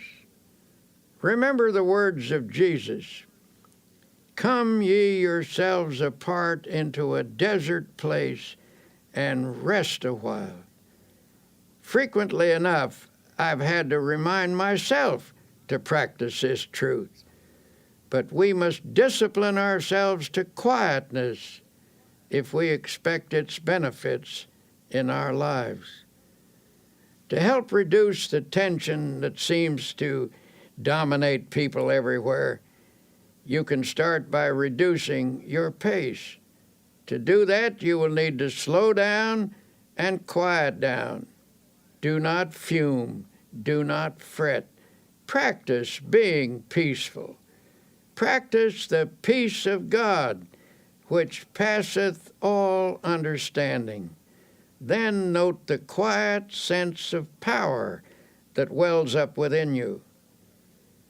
A physician gave some rather unusual advice to a patient of his, one of those aggressive, go-getter types of businessman. This man had been telling him that he takes his briefcase home with him every night, packed with important work that must get done right away. When the doctor asked if someone else couldn't help him with it, the man snapped, "Nope, I'm the only one who can do it. Everything depends on me." The doctor asked, "If I write a prescription, will you follow it?" This, believe it or not, was the prescription. His patient was to take off 2 hours every working day and go for a long walk. Then he was to take off a half day a week and spend that half day in a cemetery. In astonishment, the patient demanded, "Why should I spend a half day in a cemetery?" "Because," answered the doctor, "I want you to wander around and look at the gravestones of men who are there permanently. I want you to meditate on the fact that many of them are there because they thought, even as you do, that the whole world rested on their shoulders. Meditate on the solemn fact that when you get there permanently, the world will go on just the same. There are times when it is essential to check our headlong pace, and it must be emphasized that the only way to stop is to stop. Believe me, I know personally Once went from to a a certain certain city to give a lecture and was met at the plane by a committee. I was rushed to a bookstore where I had an autographing party, and then to another bookstore where another autographing party was held. Then they rushed me to a luncheon. After rushing through the luncheon, I was rushed to a meeting. After the meeting, I was rushed back to the hotel, where I changed my clothes and was rushed back to a reception, where I met several hundred people and drank 3 glasses of fruit punch. Then I was rushed back to the hotel and told I had 20 minutes to dress for dinner. When I was getting dressed, the phone rang and somebody said, "Hurry, hurry, we must rush down to dinner." Excitedly, I chattered, "I will rush right down." I rushed from the room and was so excited that I could scarcely get the key into the lock. Hastily, I checked myself to make sure I was completely dressed and rushed toward the elevator. All of a sudden, I stopped. I was out of breath. I asked myself, just what is this all about? What is the meaning of this ceaseless rush? This is ridiculous. Then I declared independence and said, I don't care if I go to dinner or not. I do not care whether I make a speech. I do not have to go to this dinner, and I do not have to give a speech. So deliberately and slowly I walked back to my room and took my time about opening the door. I telephoned the man downstairs and said, if you want to eat, go ahead. If you want to save a place for me, I will be down after a while when I'm good and ready. But I'm not going to rush anymore. So I removed my coat, sat down, took off my shoes, put my feet up on the table, and just sat. Then I opened the Bible and very slowly read aloud the 121st Psalm. I will lift up mine eyes unto the hills, from whence cometh my help. I closed the book and had a little talk with myself, saying, come on now, son, start living a slower pace and a more relaxed life. And then I affirmed, God is here and his peace is touching me. I don't need anything to eat, I reasoned. I eat too much anyway. Besides, the dinner will probably not be very good, and if I am quiet now, I will give a better speech at 8 o'clock. So I sat there resting and praying for a while. I shall never forget the sense of peace and personal mastery I had when I walked out of that room. I had the glorious feeling of having overcome something, of having taken control of myself emotionally. And when I reached the dining room, the others had just finished the first course. All I missed was the soup, which by general consent was no great loss. This incident was an amazing encounter with the healing presence of Almighty God. I gained this experience simply by stopping, by quietly reading the Bible, by sincerely praying, and by thinking some peaceful thoughts for a few moments. To attain emotional control, the daily practice of healing techniques is essential. Emotional control cannot be gained in any magical or easy way. The only sure method is by working at it regularly and by developing creative faith. To develop a calm control, it is necessary to think calmness. For as I've said before, the body responds sensitively to the type of thoughts that pass through the mind. It is also true that the mind can be quieted by first making the body quiet.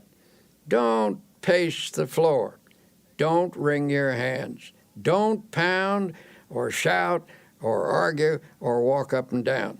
Don't let yourself get worked up into a dither. In a meeting where a discussion was going on which finally became rather bitter.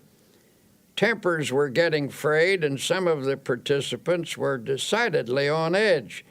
Sharp remarks were exchanged.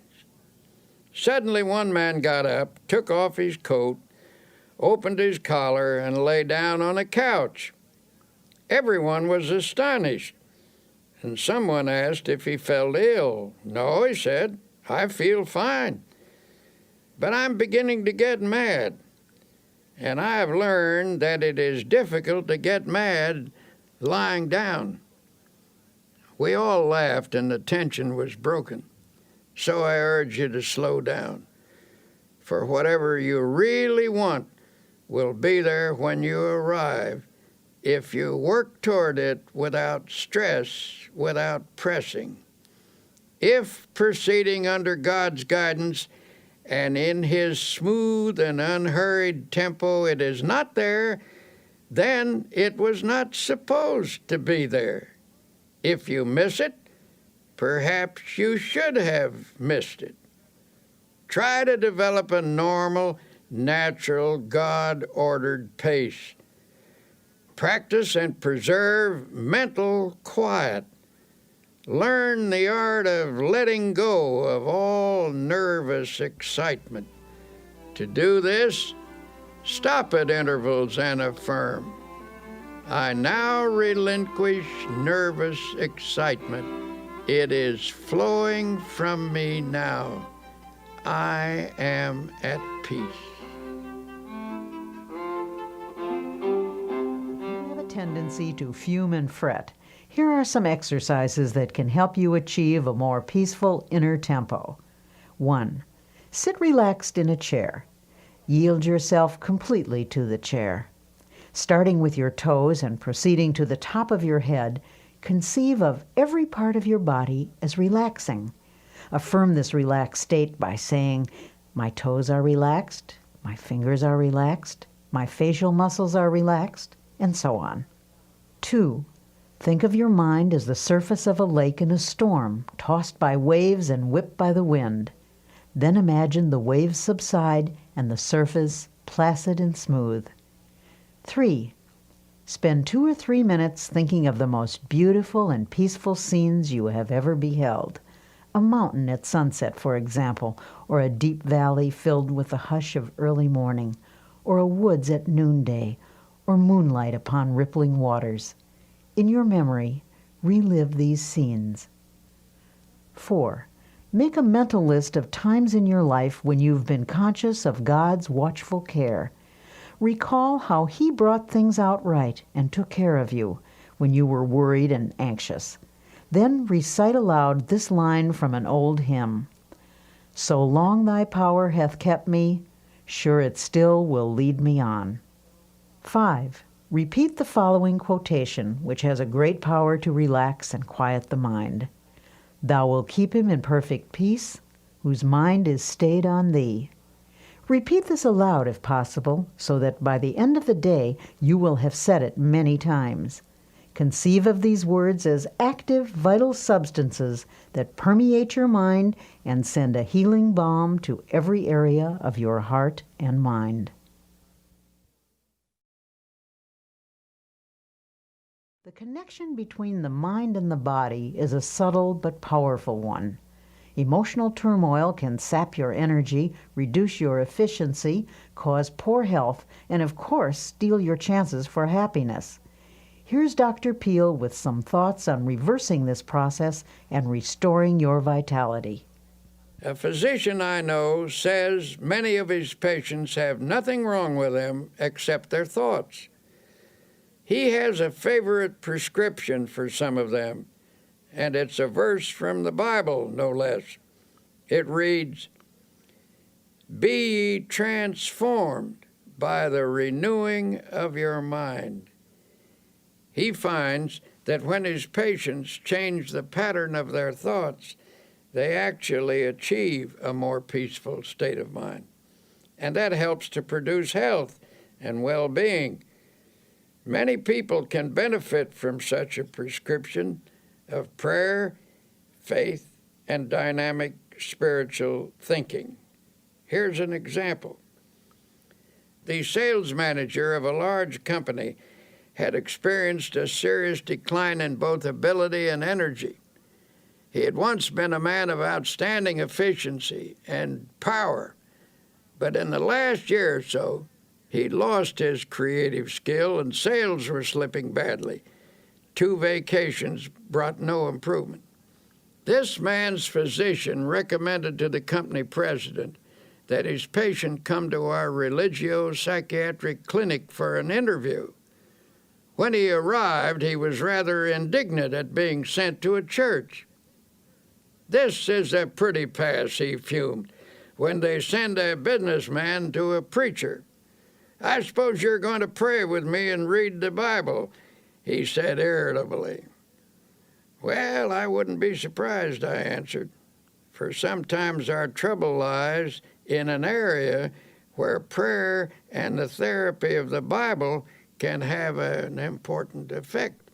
He proved most sullen and uncooperative until I was finally forced to say to him, "Listen, I want to tell you bluntly that you'd better cooperate with us or you're going to be fired."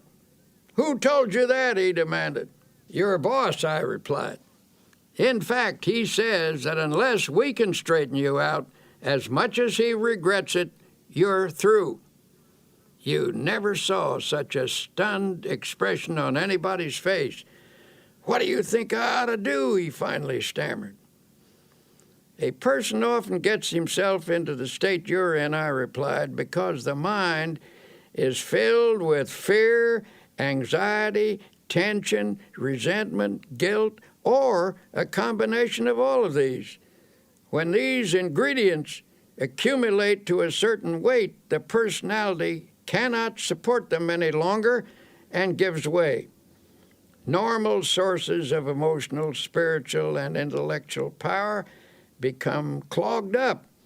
The person becomes bogged down by resentment, fear, or guilt. I don't know your trouble, but I suggest you think of me as a sympathetic friend with whom you can be absolutely open, and that you begin to tell me all about yourself. I emphasize the importance of concealing nothing and of emptying whatever fears, resentments, or guilt feelings might be in his mind." It was rather difficult to get him to talk, for he was essentially a decent person and had a strong sense of shame. In due course, the troubles came out. He'd committed a series of sins, and these involved him in a complicated maze of lies. He was living in fear of exposure, and all in all, it was a most pathetic mass of inner confusion. Never forget the way he reacted when it was all over. Standing on his feet, he began to stretch. He stood on tiptoes, reaching his fingers toward the ceiling, and then took a deep breath. "My," he said, "I feel good." It was a dramatic expression of release and relief. Then I suggested that he pray and ask God to forgive him and to fill him with peace and cleanness.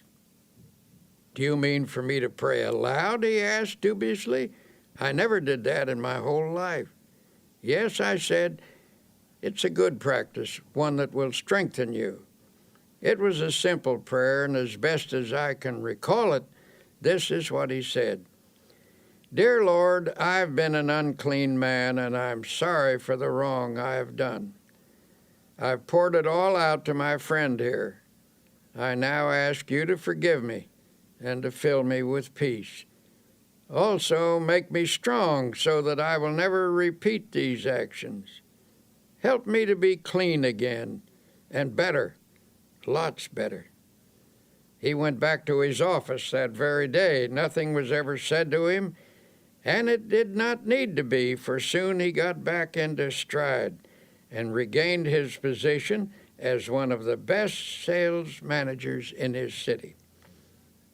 Later, I met his president, who said, "I don't know what you did to Bill, but now he certainly is a ball of fire." "It wasn't me," I replied. Every thoughtful person who has ever considered the matter realizes that doctors are right when they tell us that grudges, resentment, jealousy, vindictiveness, hate, and so on are attitudes that produce poor health. The effects of anger are among the worst.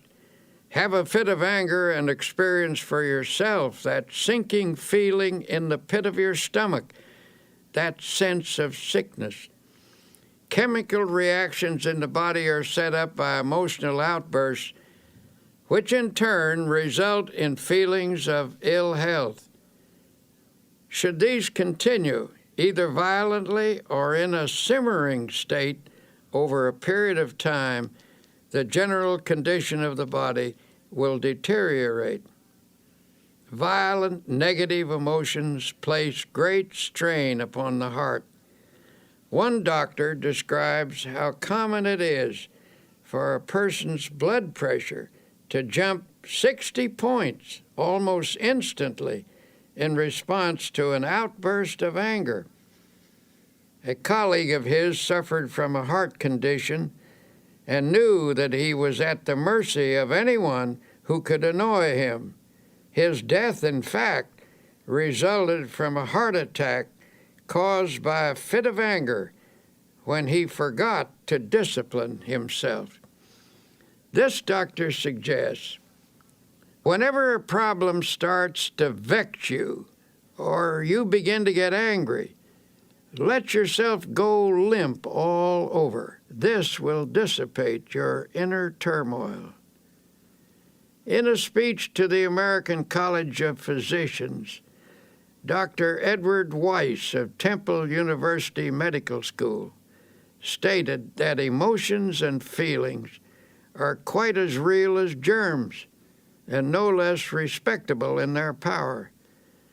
The pain and suffering of diseases caused primarily by the emotions are no more imaginary than those caused by bacteria.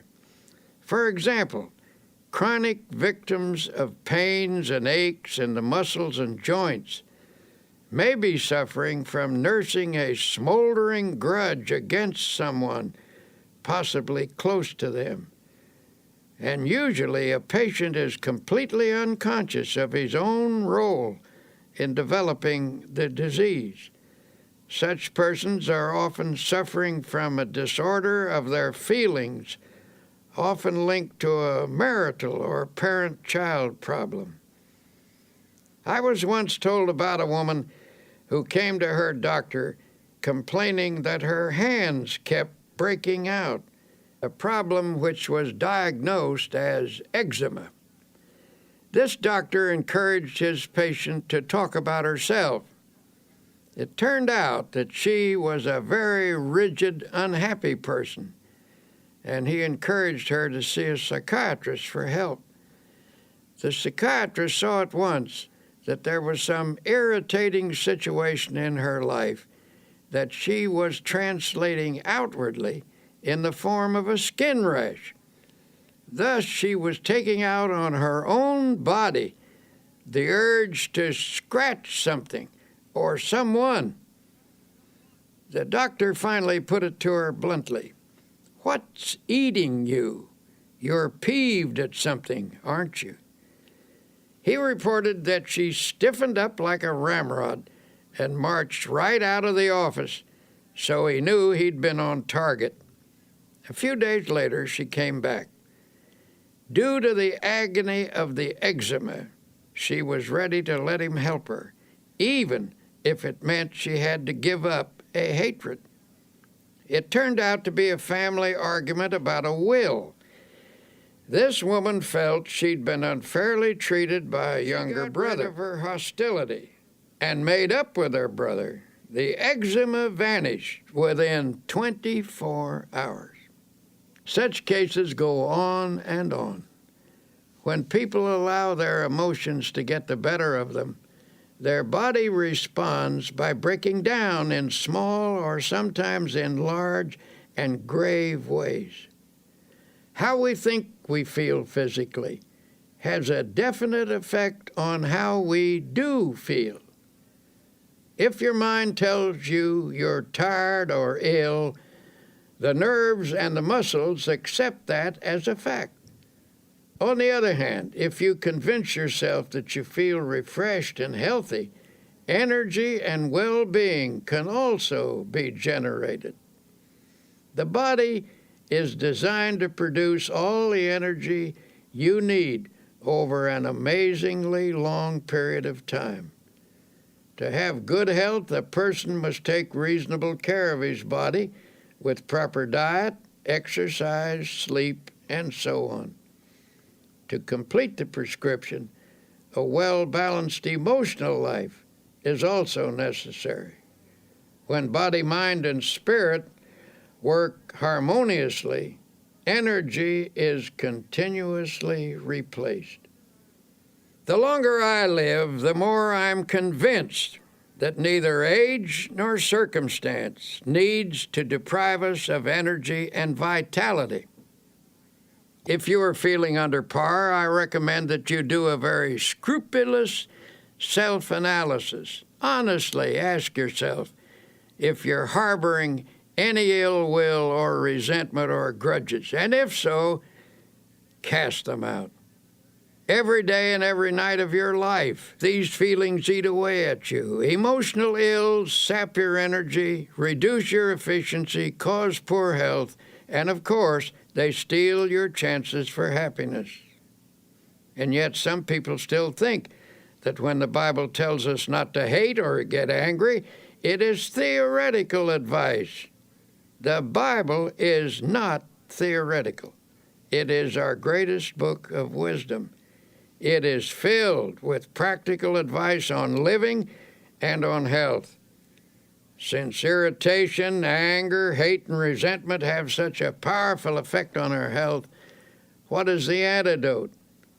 Obviously, the solution is to fill the mind with attitudes of goodwill, forgiveness, faith, love, and an indomitable spirit. Conquering such negative emotions, here are some practical suggestions. 1. Remember that anger is an emotion, and an emotion is always warm, even hot. To reduce an emotion, cool it. We all know that when a person gets angry, hands clench, the voice rises stridently, muscles tense, the body becomes rigid. Physically, you become poised to fight with adrenaline shooting through your body. To counter this reaction, deliberately oppose the heat of this emotion with coolness. Freeze it out. Use your will to keep your hands from clenching by holding your fingers out straight. Deliberately reduce the tone of your voice. Bring it down to a whisper. Slump in a chair or even lie down if possible. Remember, it's difficult to argue in a whisper or even get mad while lying down. At the moment, it may be a bit hard to pray, but try it anyway. At least conjure up a picture of God in your mind and try to think of Him angry as you are. You can't do it, and the effort will serve to puncture your hostility. Instead of counting to 10 when you feel anger mounting, try the first 10 words of the Our Father. Our Father, who art in heaven, hallowed be thy name. Say that 10 times and your anger will lose its power. Anger is an emotion which is sometimes the accumulation of many minor irritations. These irritations, each rather small, gather force as one is added to another, finally bursting forth in a fury. To dry up the tiny drops that feed the great river of anger, make a list of everything that irritates you, no matter how inconsequential it may seem. Then make each separate irritation a special object of prayer. Get a victory over each, one at a time. Instead of destroying all of your consolidated anger, use prayer to snip away at each annoyance. When a situation occurs in which your feelings are hurt, get it straightened out as quickly as possible. Don't brood over it. Do something about it. Don't allow yourself to sulk or indulge in self-pity or mope around with resentful thoughts. If your feelings are hurt, see if you can talk to the person you're having trouble with. Try to resolve the situation right away so the incident doesn't get distorted or out of proportion. Put some spiritual iodine on the hurt by saying a prayer of love and forgiveness. Allow the grievance to drain out of your mind. Go to someone you trust and pour it out until not a vestige of it remains within you. Then pray for people who hurt your feelings. Continue this until you feel the malice fading away. You may have to pray for quite a while to get this result. Little prayer. May the love of God fill my heart. Then add this line. May the love of God for that person who has hurt me flood my soul. Pray this and mean it. Take the advice of Jesus literally when he said to forgive 70 times 7. That comes to 490 times. Before you have forgiven a person that many times, you will be free of resentment. Worry can have a devastating effect on your physical and emotional health. It stifles the flow of creative power and cripples the ability to act with confidence and clarity. But there is a remedy for overcoming fear. Here is Dr. Peale. Reduced to its simplest form, what is worry? Basically, worry is an unhealthy and destructive mental habit. But if you're a worrier, you weren't born with the habit. You acquired it, and like any habit or acquired attitude, you can cast worry from your mind. A famous psychiatrist asserts that anxiety is the great modern plague. Professionals tell us that fear is the most disintegrating enemy of the human personality, that worry is the most subtle and destructive of all human diseases, that thousands of people are ill because of dammed-up anxiety. Because these sufferers are unable to expel their anxieties, they've turned their problems inward, causing many forms of ill health. The destructive quality of worry is indicated by the word itself, which is derived from an old Anglo-Saxon word meaning to choke. If someone were to put his fingers around your throat and press hard, cutting off the flow of air and blood, it would be a dramatic demonstration of what you do to yourself by long-held and habitual worry. The worrier, so it seems, is not likely to live as long as the person who learns to overcome his worries. A study of some 450 people who lived to be 100 years of age found that the following reasons contributed to their long and contented lives. 1, they kept busy. 2, they used moderation in all things. 3, they ate lightly and simply. 4, they got a great deal of fun out of life. 5, they were early to bed and early to rise. 6, they were free from worry and fear, especially the fear of death. 7, they had serene minds and faith in God. Have you ever heard a person say, "I'm almost sick with worry," and then add with a laugh, "But I guess worry never really makes you ill"? But that is where they are wrong. Worry can make you ill. The problem is we worry not only with our minds, but with our hearts, brains, and every other part of ourselves. No matter what the cause of worry and fear, its effect can be noted in the cells, tissues, and organs. But don't be discouraged. There is a remedy that will bring you sure relief. You can overcome your worries. The first step is simply believing you can. For whatever you believe you can do, with God's help, you can do. Here, then, is a practical procedure which will help to eliminate abnormal worry from your daily life. Practice emptying the mind daily. This is a suggestion I will repeat over and over again, for it is of utmost importance. To avoid retaining worries in your mind while you sleep, this mental catharsis should be done preferably before retiring at night. The last 5 minutes before going to sleep are of extraordinary importance, for in that brief period the mind is most receptive to suggestion. It tends to absorb the last ideas that are entertained in the waking state. Then while you sleep, thoughts sink into the subconscious. This process of mind letting is important in overcoming worry because fearful thoughts can clog the mind and impede the flow of mental and spiritual power. But if such thoughts are eliminated daily, they will not accumulate. To help drain away these thoughts, you might use a process of creative imagination, in which you conceive of yourself as actually emptying your mind of all anxiety and fear. Think of the remarkable imaginative skill of small children. Watch how they respond to the game of kissing away a hurt. Imagination is not simply the use of fantasy. The word imagination comes from the idea of imaging, that is, creating images in our mind. Imagineering is the use of mental images to build factual results, and it is an astonishingly effective procedure.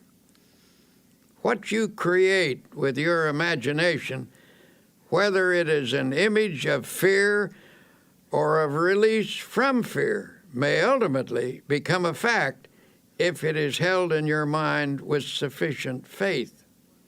Here's one method you might use.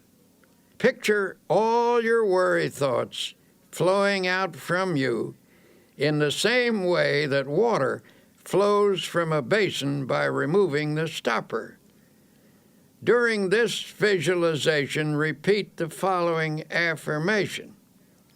With God's help, I am now emptying my mind of all anxiety, all fear, all sense of insecurity.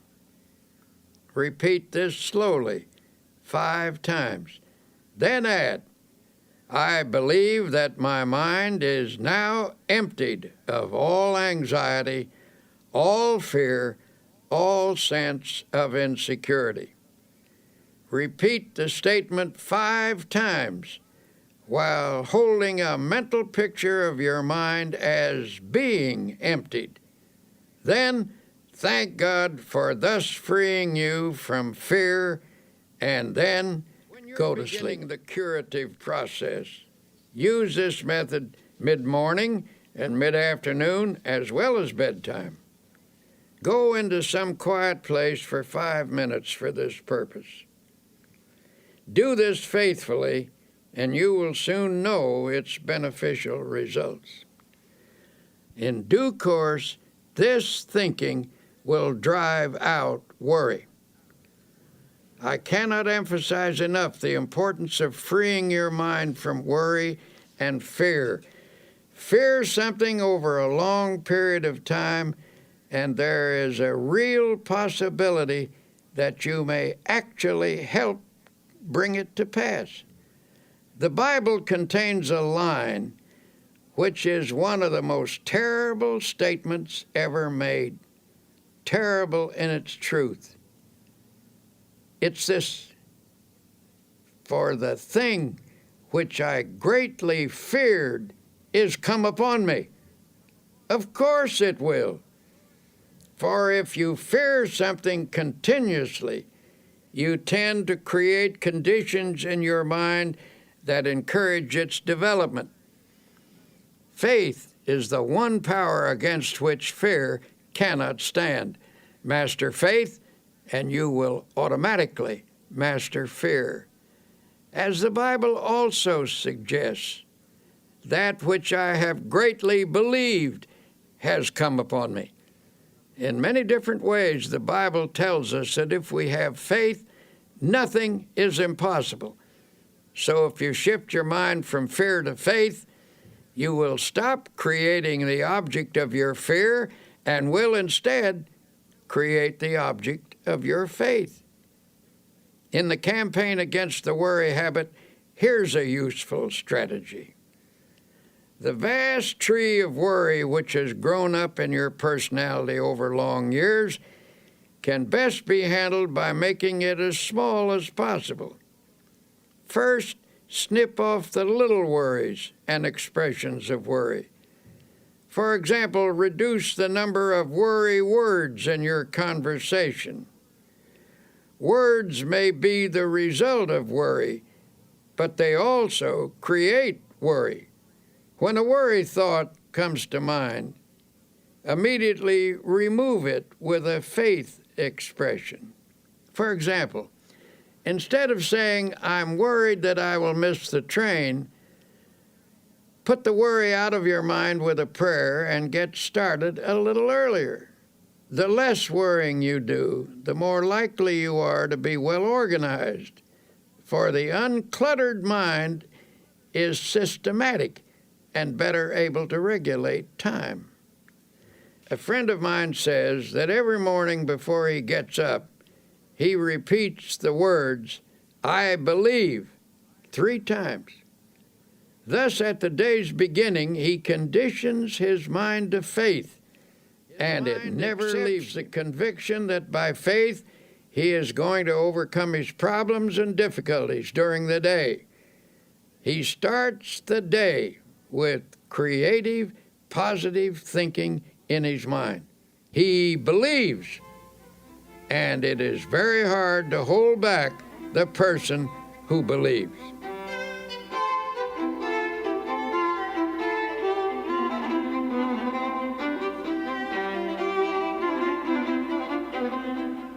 Many people fail to overcome troubles such as worry because they allow a problem to seem complicated. It can be very useful to attack the problem with some simple technique, something that dramatizes your war against worry I've seen was developed by a man who was once a tremendous worrier. At one point, he was worrying himself into a bad state of nerves and ill health. He suffered from continual doubt about whether or not he had done or said the right thing. He was always rehashing his decisions and getting unnerved about them. I suggested that he ought to work out some simple method that would help him drop the day completely when it was over and go ahead into the future. One day, I noticed that his state of mind was improving, and I commented on it. "Oh, yes," he said, "I finally got the secret, and it has worked amazingly well." He asked me to drop into his office sometime during the close of the day, and he would show me how he had broken the worry habit.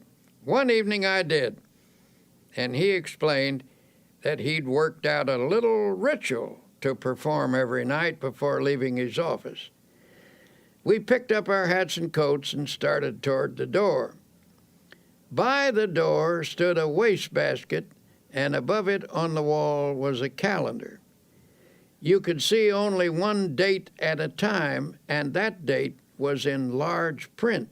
He said, "Now I will perform my evening ritual, the one that has helped me break the worry habit." He reached up and tore off the calendar page for that day. He rolled it into a small ball, and I watched with fascination as his fingers slowly opened and he dropped that day into the wastebasket. He then closed his eyes and his lips moved. Upon finishing his prayer, he said, "Amen. Okay, the day is over. Come on, let's go out and enjoy ourselves." As we walked down the street, I asked, "Would you mind telling me what you said in that prayer?" He laughed and said, "I don't think it is your kind of prayer." "Well, I pray something like this: Lord, you gave me this day. I didn't ask for it, but I was glad to have it. I did the best I could with it, and you helped me, and I thank you. I made some mistakes. That was when I didn't follow your advice, and I'm sorry about that. Forgive me. But I had some victories and some successes too, and I'm very grateful for your guidance. But now, Lord, mistakes or successes, victories or defeats, the day is over, and I'm through with it. So I'm giving it back to you. Amen. Well, perhaps that isn't an orthodox prayer, but it certainly proved to be an effective one.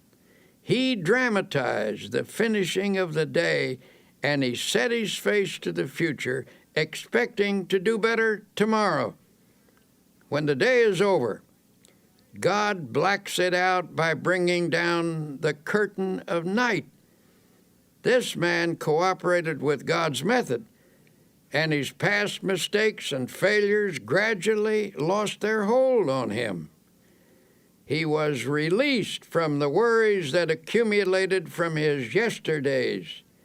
His anti-worry formula is also described in these words from the Bible.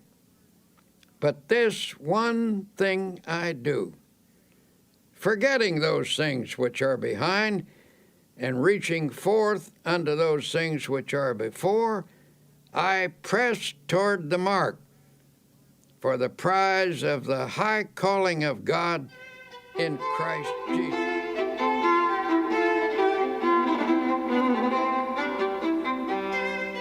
To help you break the worry habit, here are some practical suggestions you can start using right away. 1. Say to yourself, worry is a very bad mental habit. I can change any habit with God's help. 2. You can become free of worry by practicing the opposite and stronger habit of faith. With all the strength and perseverance you can command, start practicing faith.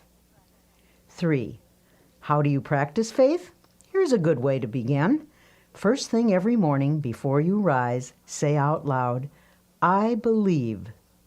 4. Recite this prayer frequently. I place this day, my life, my loved ones, my work in the Lord's hands.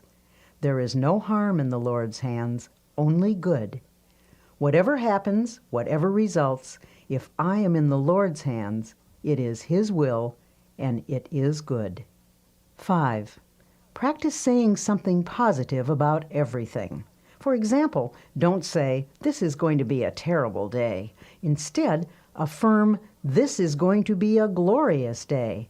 Don't say, I'll never be able to do that. Instead, affirm with God's help, I will do that. 6. Shoot an injection of faith into all your conversations. A group of people talking pessimistically can infect every person in the group with negative feelings. But by talking up rather than down, you can drive off that depressing atmosphere and make everyone feel hopeful. 7. One reason you're a worrier is because your mind is literally saturated with thoughts of gloom, defeat, and apprehension. To counteract these, mark every passage in the Bible that speaks of faith, hope, and happiness. Commit each to memory. Say them over and over again until they saturate your subconscious mind. Then the subconscious will return to you what you have given it, namely optimism, not worry. 8. Help others cure the worry habit. In helping another to overcome worry, you get greater power over it within yourself. 9. Every day of your life, conceive of yourself as living in partnership and companionship with God. If He actually walked by your side, would you be worried and afraid? Well then, say to yourself, He is with me.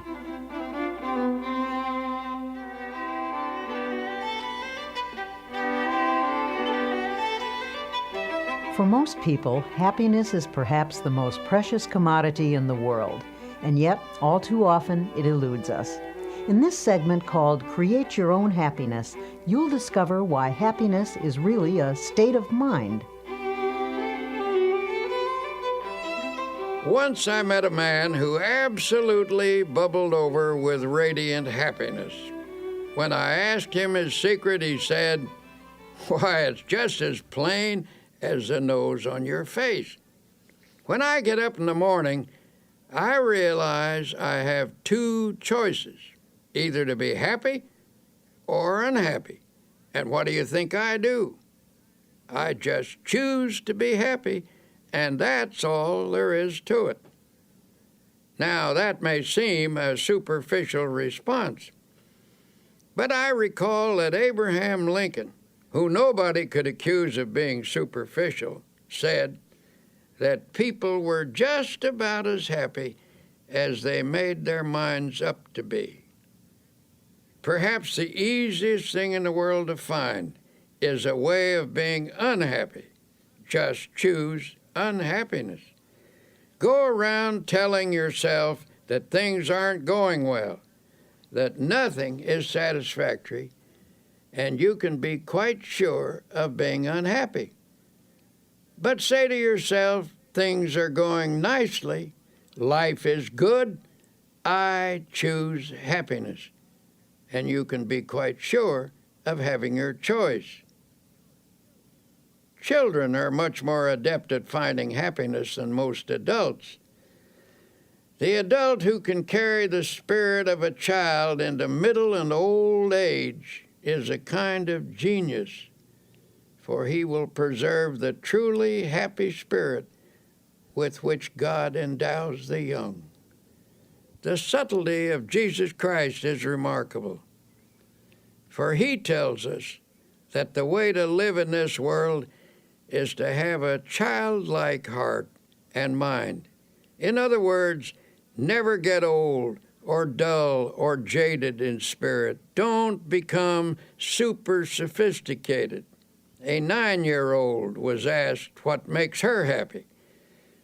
She listed her playmates, her school, her church, and her family. That list incorporates all the elements that are important in adult life, too. Your friends and associates, your work, your place of worship, and the home circle where you find love. There you have happiness in a nutshell. And the happiest time of your life is in relation to those factors. A few other things that some boys and girls said made them happy. Street lights reflected on a river, smoke rising from a chimney, the moon in the clouds, red velvet, a swallow flying, water being cut at the bow of a boat, a fast train rushing, a builder's crane lifting something heavy, looking into deep, clear water. There is something of the most sublime element of the universe expressed in these things. To become a happy person, have eyes that see romance in the commonplace, a child's heart, a clean soul, and spiritual simplicity. Unfortunately for many people, unhappiness is their most frequent state of mind. But since a fundamental desire of every human being is for that state of existence called happiness, something should be done about all this misery. So many real problems are created by life itself, difficulties over which we have little or no control.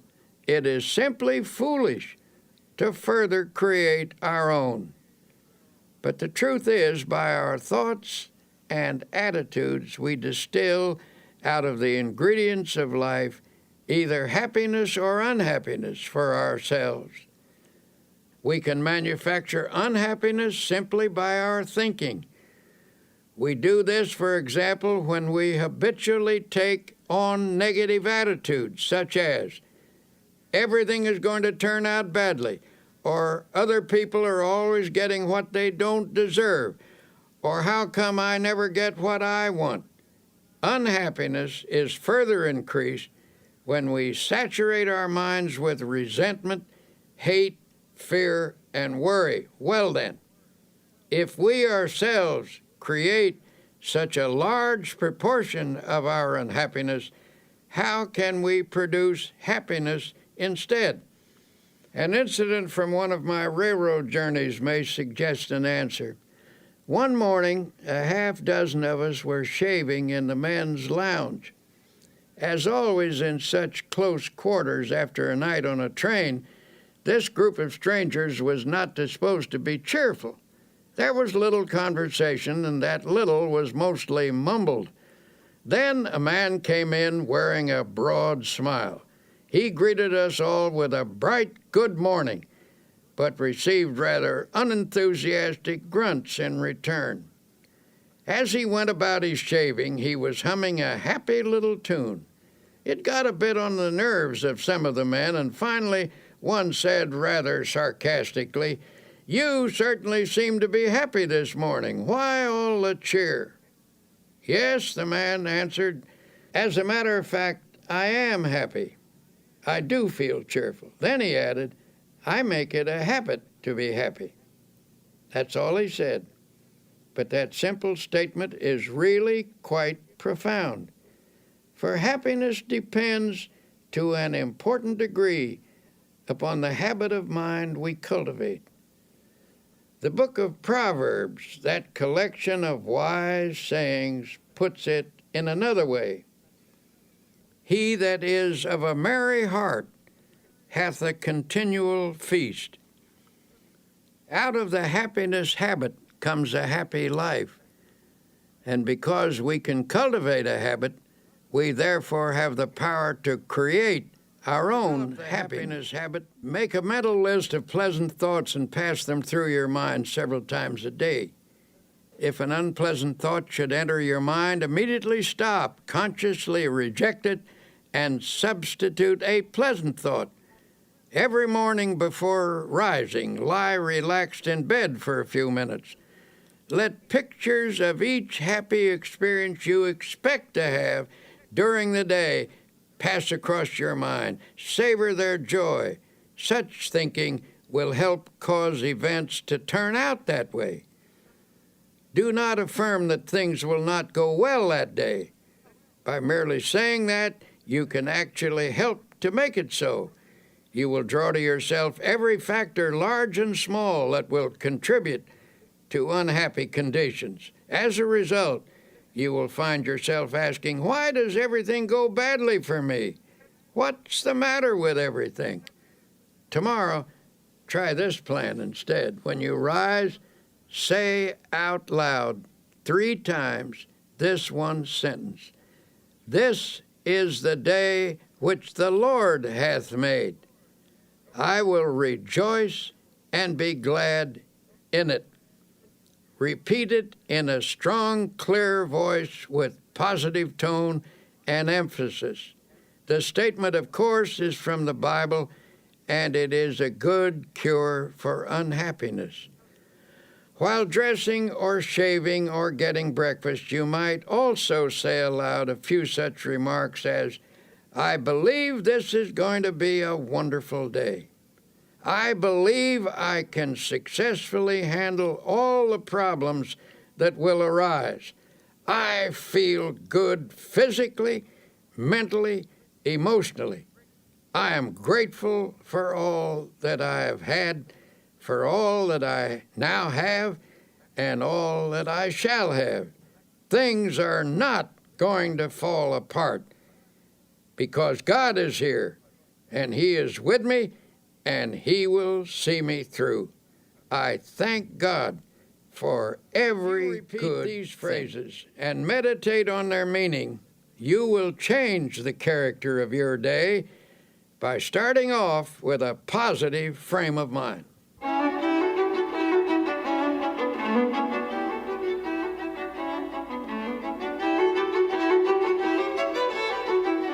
And yet it is not enough to practice even such important techniques as these unless throughout the day you also base your actions upon fundamental principles of happy living.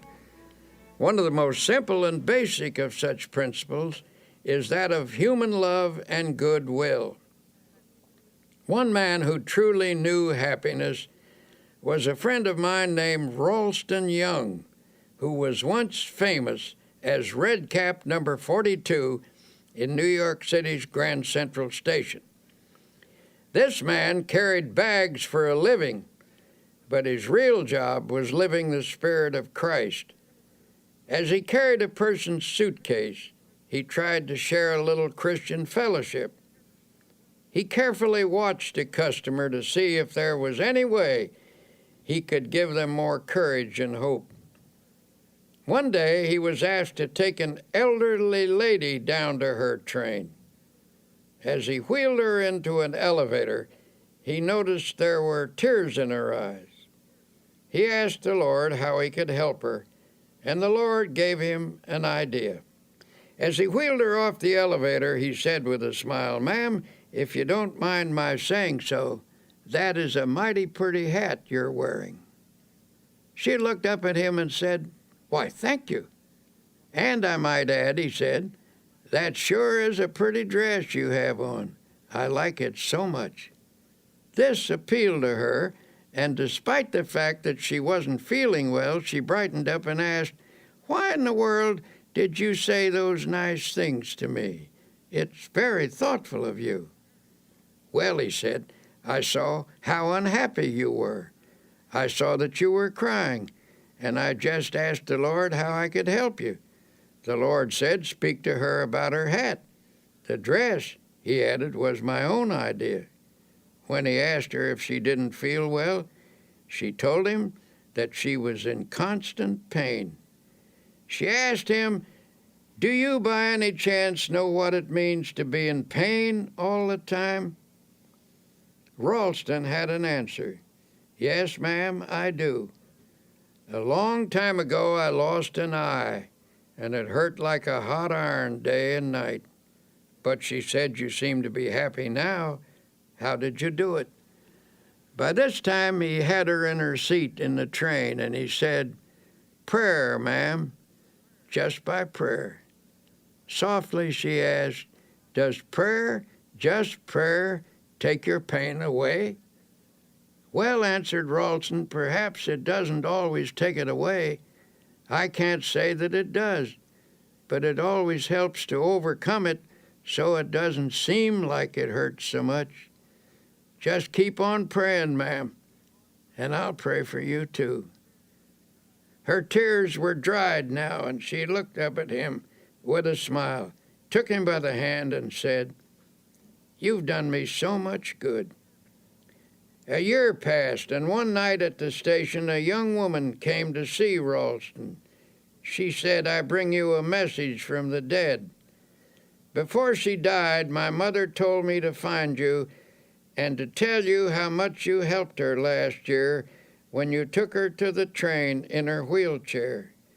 She will always remember you, even in eternity, for you were so kind and loving and understanding." The young woman burst into tears and sobbed in her grief. Ralston stood quietly watching her. Then he said, "Don't cry, Missy. Don't cry. You shouldn't cry. Give a prayer of thanksgiving instead." She was surprised by this response, and Ralston went on, "Why, because many people have become orphans much younger than you. You had your mother a long, long time, and besides, you still have her. You will see her again. She is near to you now, and she always will be near to you. Maybe she is with us right now, the two of us, as we talk." The sobs ended and the tears dried. Ralston's kindness had the same effect on the daughter as it had on the mother. In this huge station with thousands of people passing by, the two of them felt the presence of the Divine One, he who inspired this red cap to go around in this way, spreading love. As Tolstoy said, "Where love is, God is." And we might add, where God and love are, there is happiness. So a fundamental principle in creating happiness is just to practice love. In my travels about the country, I have been fortunate to encounter an increasing number of genuinely happy individuals. These are people who have been practicing the kinds of techniques I'm describing to you. Recently, after finishing a lecture, a big, strapping, fine-looking man invited me to a party. Well, I must admit, from the way he described it, it didn't sound at all like my kind of party. I was hesitant, afraid I might cramp everyone's style, so I began to make excuses. "Oh, don't worry," he said. "This is your kind of party. You'll get the kick of your life out of it." So I went along with my buoyant friend, and he introduced me to a large group of joyous and exuberant people. I looked around for a bar, but there wasn't any. When I remarked that these people must have stopped somewhere before coming here, my host was shocked. "Stopped somewhere? Why, don't you understand? These people have got the spirit all right, but not the kind of spirit you're thinking of. I'm surprised at you. Don't you realize what makes this crowd happy? They've found God as a living, vital, honest-to-goodness reality. Yes, they've got the spirit all right, but it isn't the kind that you get out of a bottle. They've got the spirit in their hearts." Then I saw what he meant. This wasn't a crowd of pious, stodgy people. Some were leaders of that town, business people, lawyers, doctors, teachers, and a lot of simpler folk besides. And they were having a wonderful time, talking about God, and doing it in the most natural manner imaginable. They were telling one another about the changes that had occurred in their lives through spiritual power. Those who have the naive notion that you can't laugh and be light-hearted when you're religious should have been in on that party. Well, I left that evening with a Bible verse running through my mind. "In him was life, and the life was the light of men."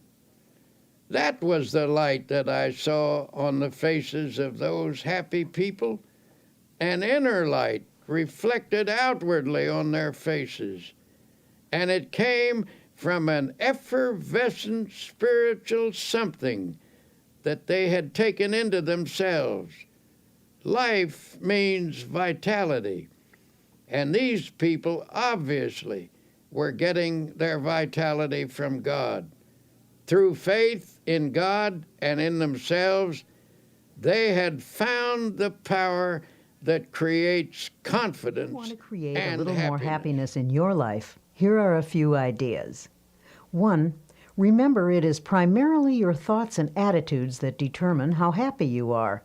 Never allow resentment, hate, fear, or worry to dominate your thoughts. 2. Make it a habit to be happy. You can cultivate this habit, so you do have a choice. As the book of Proverbs says, "He that is of a merry heart hath a continual feast." 3. Practice happy thinking. Make a mental list of pleasant thoughts and pass them through your mind several times each day. If an unpleasant thought should enter your mind, immediately stop, consciously reject it, and substitute a pleasant one. 4. Each day when you arise, say this one sentence out loud.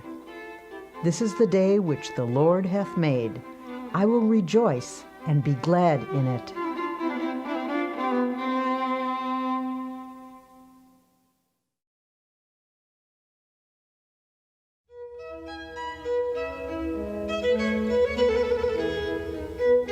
We might as well admit it, everyone wants to be liked. William James once said, "One of the deepest drives of human nature is the desire to be appreciated. The longing to be liked, to be held in esteem, to be a person whom others seek out is fundamental in all of us." On this side, you'll discover how to enjoy easy, natural, and pleasing relationships with others, How to be somebody you'd like to know.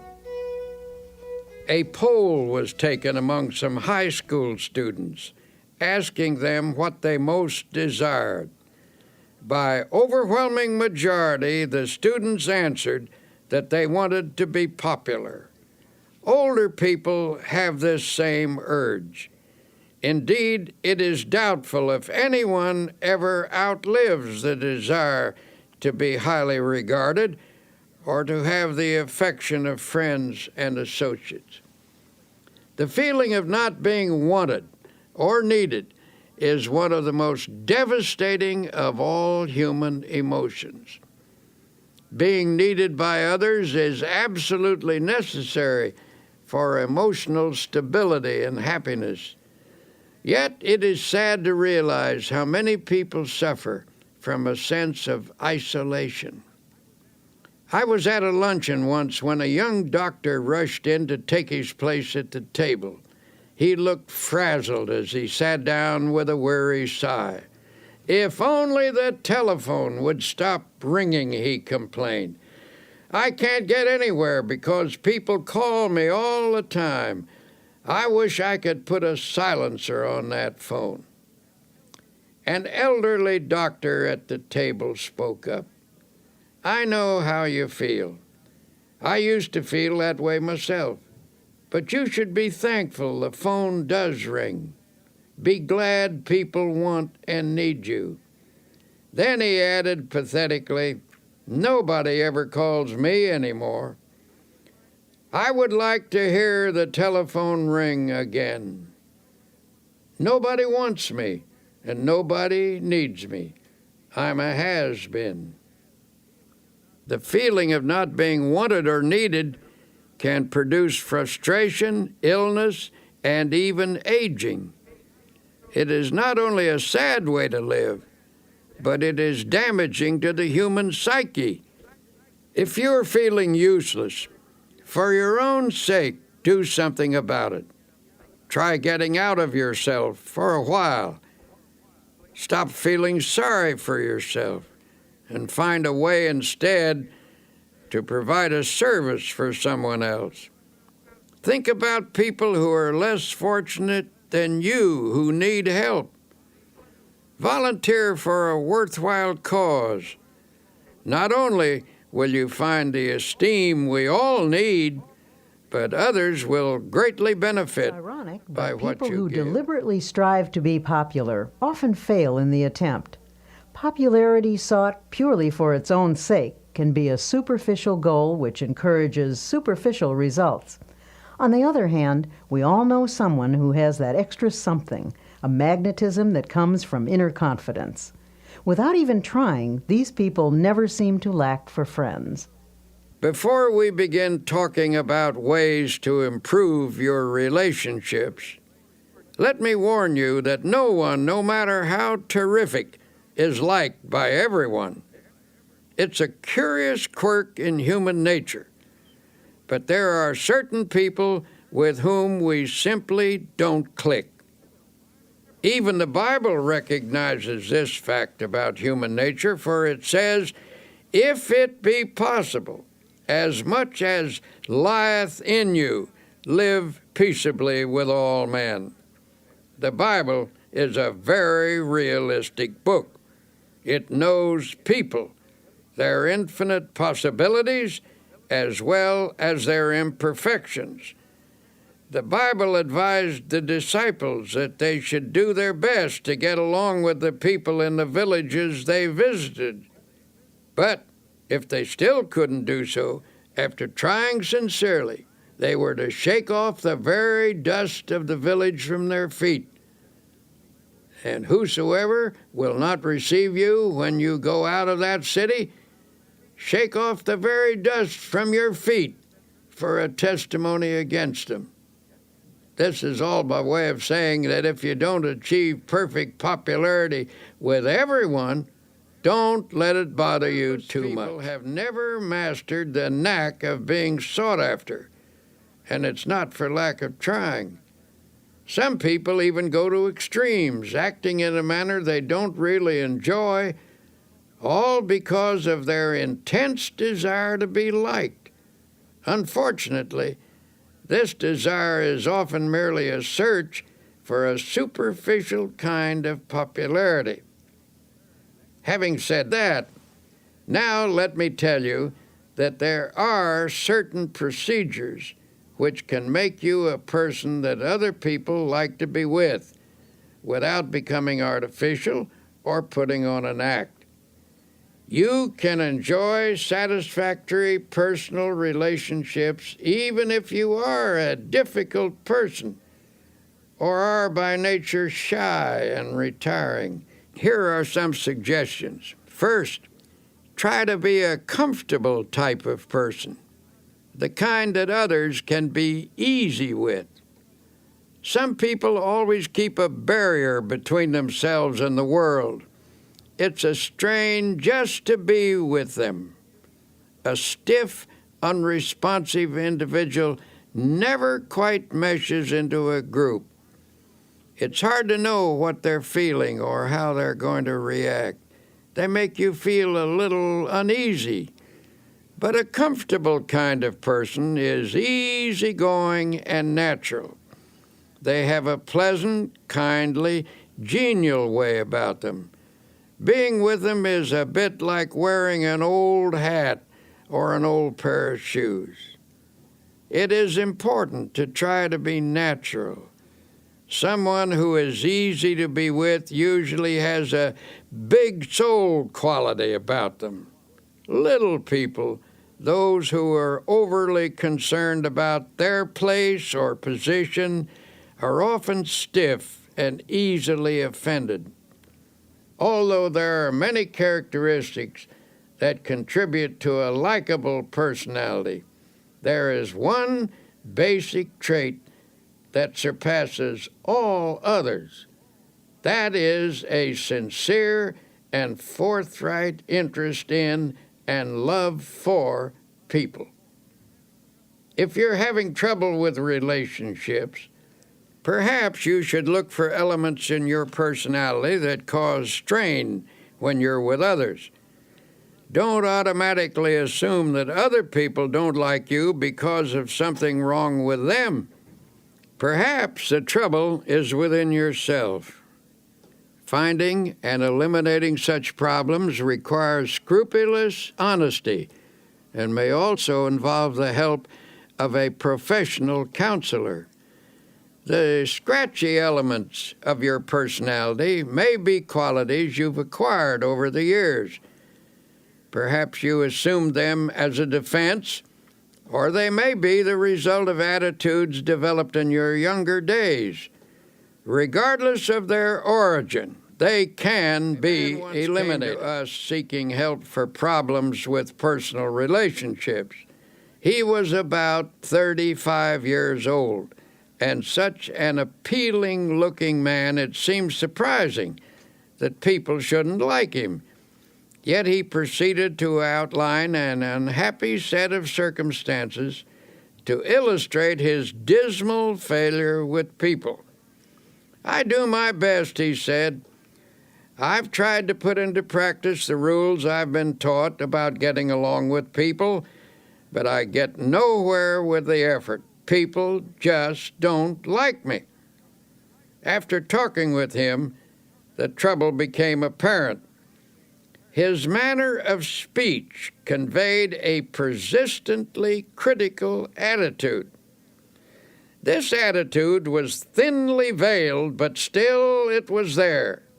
He had an unattractive way of pursing his lips, which indicated a kind of primness or reproof for everybody, as if he felt just a bit superior and disdainful. "Isn't there some way to change myself so people will like me?" he demanded. "Isn't there some way I can stop unconsciously rubbing people the wrong way?" The young man was decidedly self-centered and egotistical. The person he really liked was himself. Every statement, every attitude was unconsciously measured in terms of how it made him look. He was irritable with people and picked on them in his own mind, though few outward conflicts developed. Inwardly, he was trying to make everyone over to suit himself. Unconsciously, people realized this. In their minds, they erected barriers against him. Since he was being unpleasant to people in his thoughts, it followed that he was less than warm in his behavior. He was polite enough and managed not to be boorish and unpleasant, but people unconsciously felt coolness in him, so they gave him the brush off, and with good reason, for in his mind he had already brushed them off. In a sense, he liked himself too well, and to build up his self-esteem, he put others down. He was suffering from too much self-love. To change his situation, he had to be taught how to love other people and to forget himself, which was, of course, a complete reversal of his habits. He was bewildered and baffled when his difficulty was outlined to him. But since he was sincere and meant business, he practiced the suggested techniques for developing love of others in place of extreme self-love. It took some fundamental changes to accomplish this goal, since his egotism was so deeply ingrained. But in the end, he did succeed. Suggested was that he make a list of people he had met during the day, for example, the bus driver or the newsboy. Every night before retiring, he was to mentally picture each person on the list, and as he brought each face up before him, he was to think a kindly thought about that person and then pray for them. Each of us has his own world, people we encounter each day or with whom we do business. This man was instructed to pray for those in his own little world. For example, the first person he saw each morning was the elevator man in his apartment house. Normally, he'd say a perfunctory good morning. Now he took the time to have a little chat. He asked the elevator man about his family and about his interests. He found that he had an interesting point of view and some experiences which were quite fascinating. He began to see new values in a person who had previously been a mechanical robot to him. He actually began to like the elevator operator, and in turn, the elevator operator, who had formed a pretty accurate opinion of the young man, began to reverse his views. They established a friendly relationship. So the process went from person to person on his list. One day the young man said, "I've found that the world is filled with interesting people, and I never realized it before." When he made that observation, he proved that he was losing himself. And when he did that, as the Bible so wisely tells us, he found himself. In losing himself, he found himself and lots of new friends besides. People began to like him. Learning to pray for other people is a very important step in this process. When you pray for someone, you tend to lift the relationship to a higher level.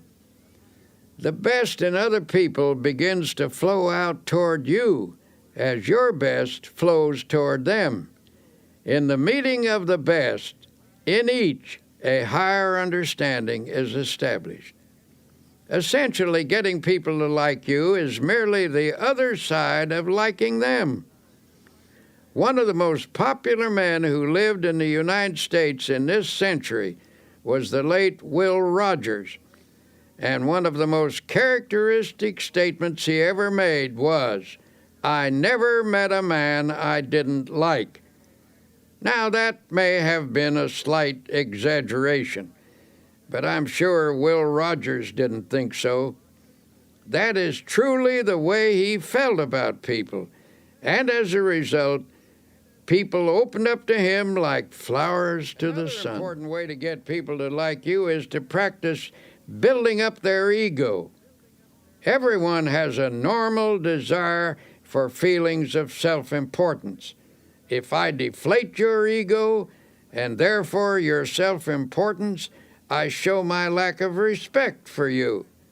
Though you may laugh it off, I have indeed wounded you.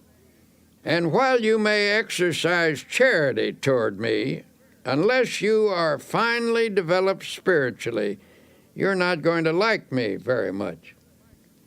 On the other hand, if I elevate your self-respect and contribute to your feelings of personal worth, I am showing high esteem for your ego. I have helped you to be your best self, and in return, you appreciate my efforts. You are grateful to me. You like me for it. Almost anyone that you help to build up and become a better person will give you his devotion. Build up as many people as you can, but do it sincerely and unselfishly. Do it because you like them and because you recognize their potential. If you do good for people, affection and esteem will flow back to you. Best of all, you will never lack principles for getting for people friends. to like you are simple. Here are 10 practical exercises to help you become someone that you'd like to know. 1. A person's name is very important. When you meet someone, try to remember their name. If you don't, they may feel you're not very interested in them. 2. Be the comfortable sort of person with whom others feel relaxed. Try to make them feel at home with you. 3. Acquire that quality of relaxed easygoingness so that everyday irritations don't ruffle you. 4.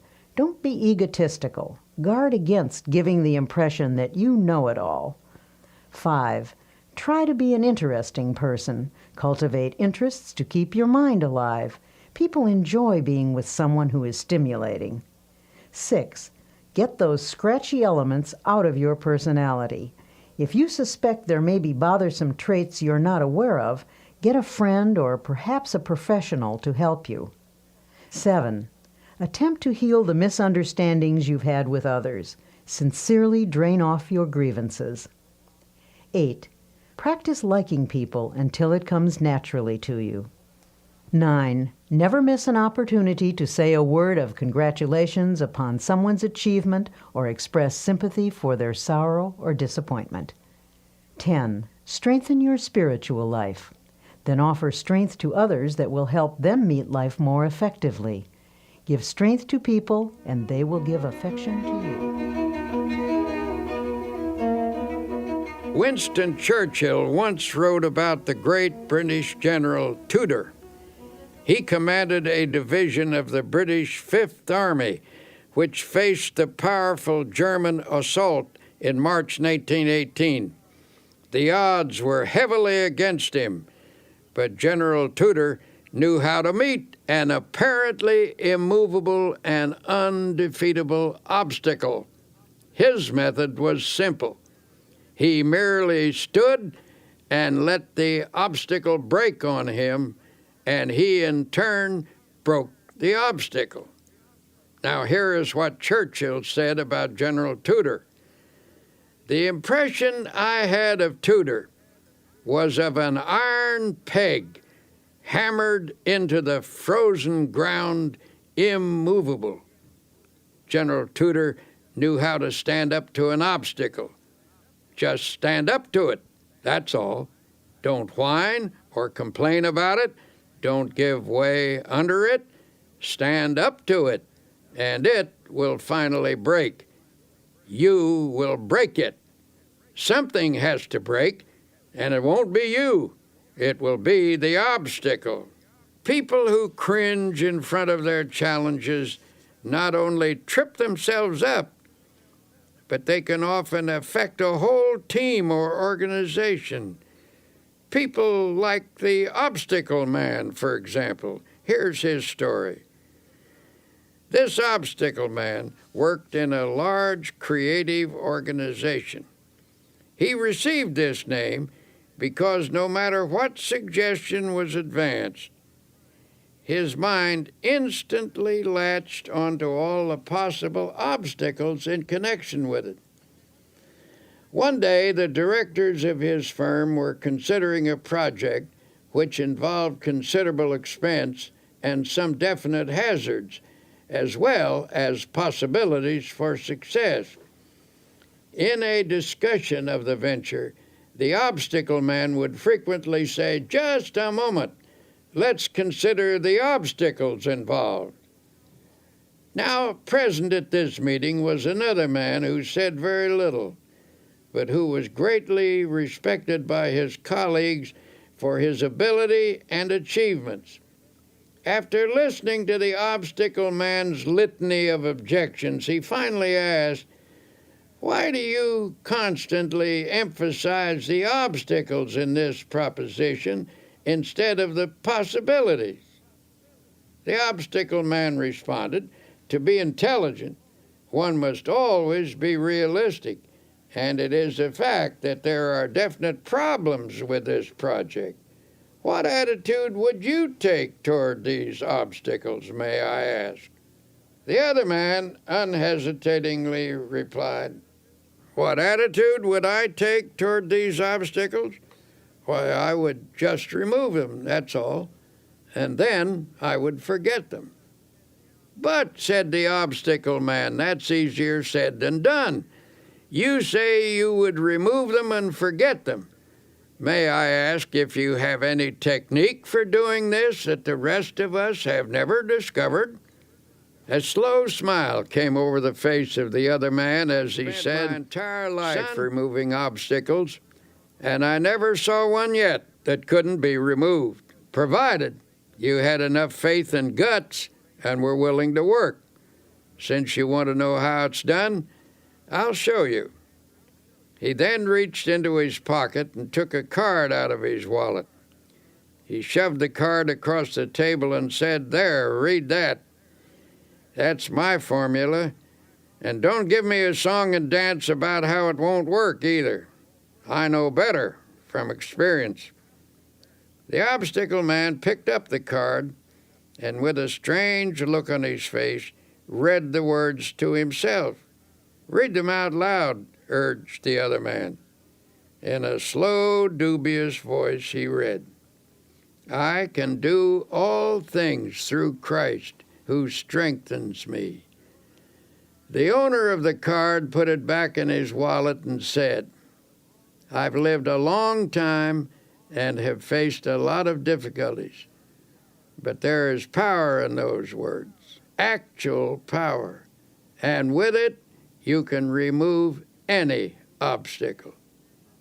He said this with confidence, and everyone knew he meant it. He was, in fact, a remarkable man who had overcome many odds, and his successful track record spoke for itself. His positive attitude, plus the fact that he was not in any sense holier than thou, made his words convincing to the men around the table. At any rate, there was no more negative talk from the obstacle man or anyone else from then on. The project was put into operation, and despite risks and difficulties, it turned out successfully. Think of the winning mentality that sports champions cultivate. When a game seems to be going against them, they can't let discouragement creep in. They can't let negative thoughts dominate, or they will lose the power to win. To be a champion in your own arena, your mental and spiritual resources must be razor sharp with confidence. Now you may say, "But you don't know my circumstances. I'm in a different situation than anybody else, and I'm about as far down as a human being can get." Well, if that's true, and you're down as far as you can get, in that case, Congratulations, for you're at the bottom, and the bottom is a wonderful place. The only place you can go from the bottom is up. On the other hand, it's hard to say you're in a situation that no one has ever encountered before. There is no such situation.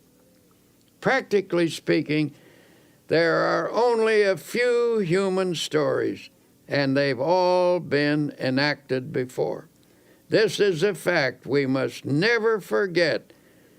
There are people in this world who have overcome every conceivable difficulty, even the most hopeless, even the one in which you now find yourself.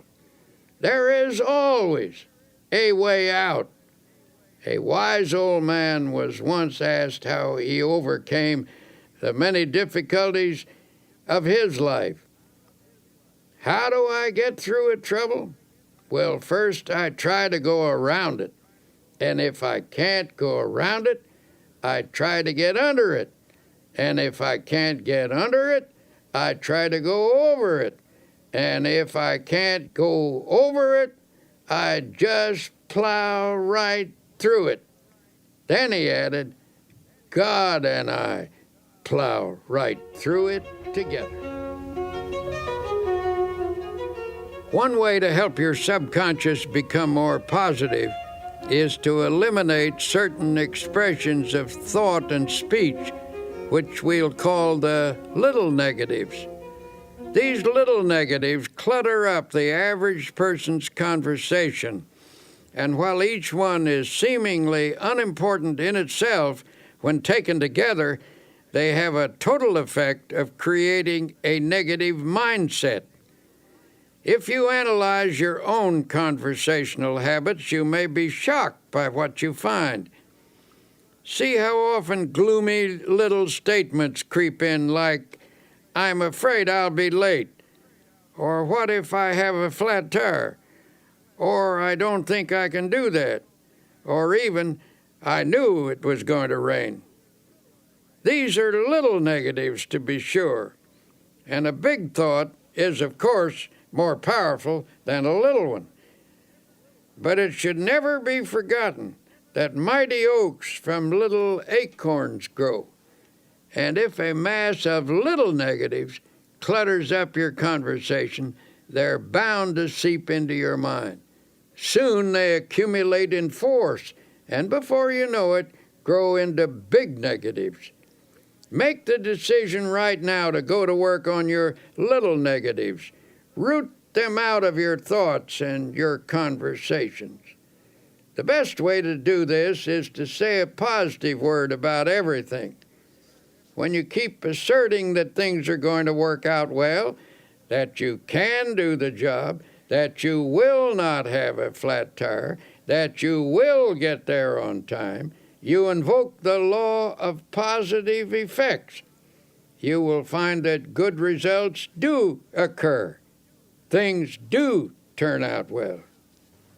Now, as we've said before, our success in overcoming obstacles is greatly influenced by our attitude. In fact, most of our obstacles are actually mental in character. Ah, you may object. My obstacles are not mental. Mine are real. Perhaps so, but your attitude toward them is mental. Attitudes are created by a mental process, and what you think about your obstacles largely determines what you do about them. Take the attitude that you can't remove an obstacle, and you won't. But get the idea firmly fixed in your mind that the obstacle is not so great as you previously considered it to be. Hold on to the idea that the obstacle is removable. The very moment you begin to think in this manner, you inaugurate the process that will eventually remove your obstacle. If there's a difficulty which has defeated you for a long time, it's likely that you've told yourself for weeks, months, and even years that there's nothing you can do, only your inabilities. Your mind gradually concludes that you are indeed incapable. And when your mind is convinced, you're convinced. For as you think, so you are.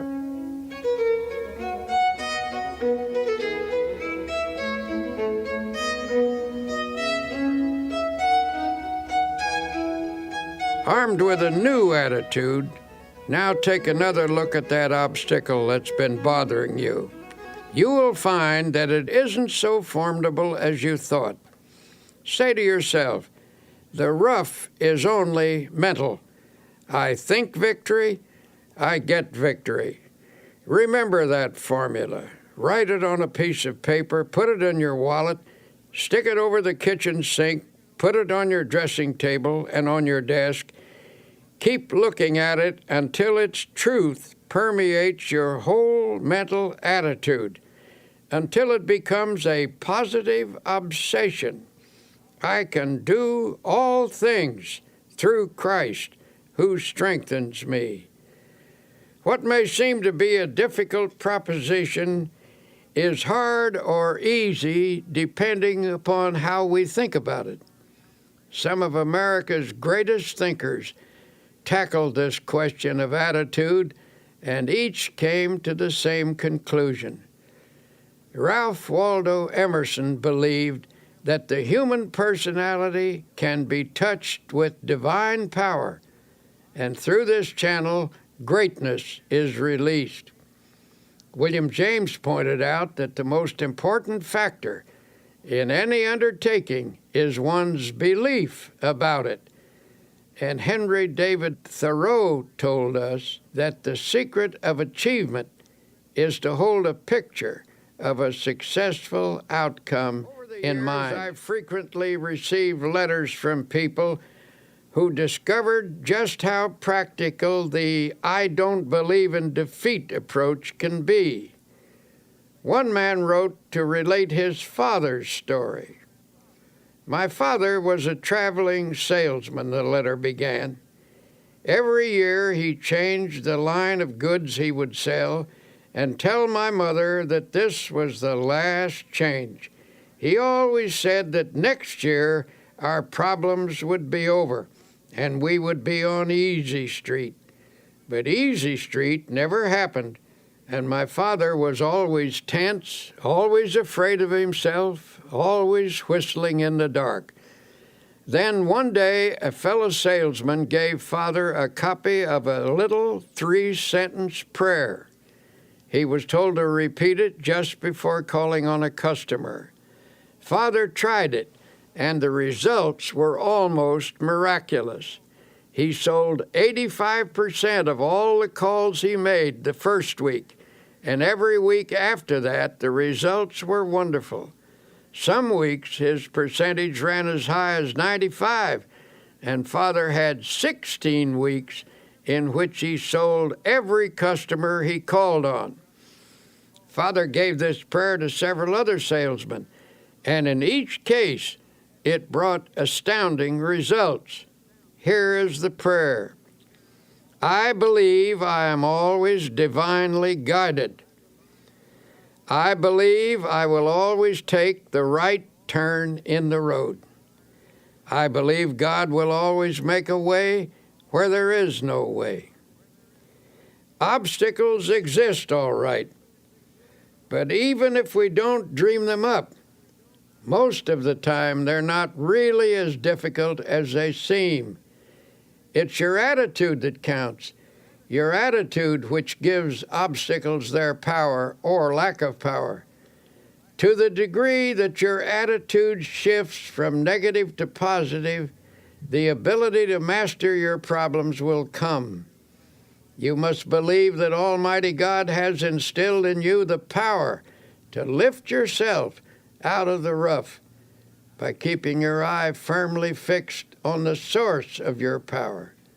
Affirm to yourself that through this power you can do anything you have to do. Believe that this power is taking the tension out of you, that His power is flowing through you. Believe this, and a sense of victory. One simple exercise to come. practice. Say out loud, I don't believe in defeat. I don't believe in defeat. Continue to affirm that day and night until the idea completely dominates your subconscious. Eventually, you'll discover that the shortest path between you and your goal is a direct one, despite any obstacle in your way.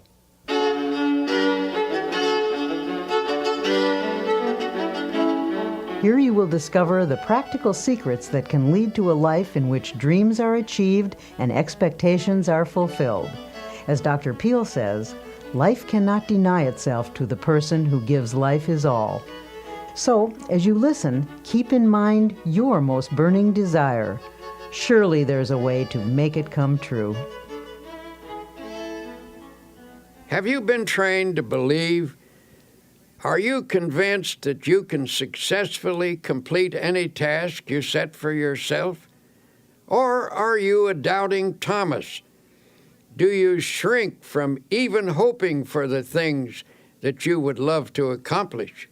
When you begin something, what do you really expect to happen? If you haven't been doing too well at achieving your goals, perhaps it's time to examine your expectations.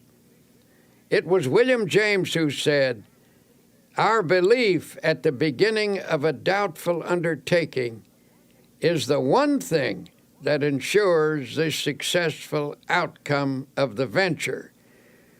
Rule number 1, when there's something you want, learn to believe.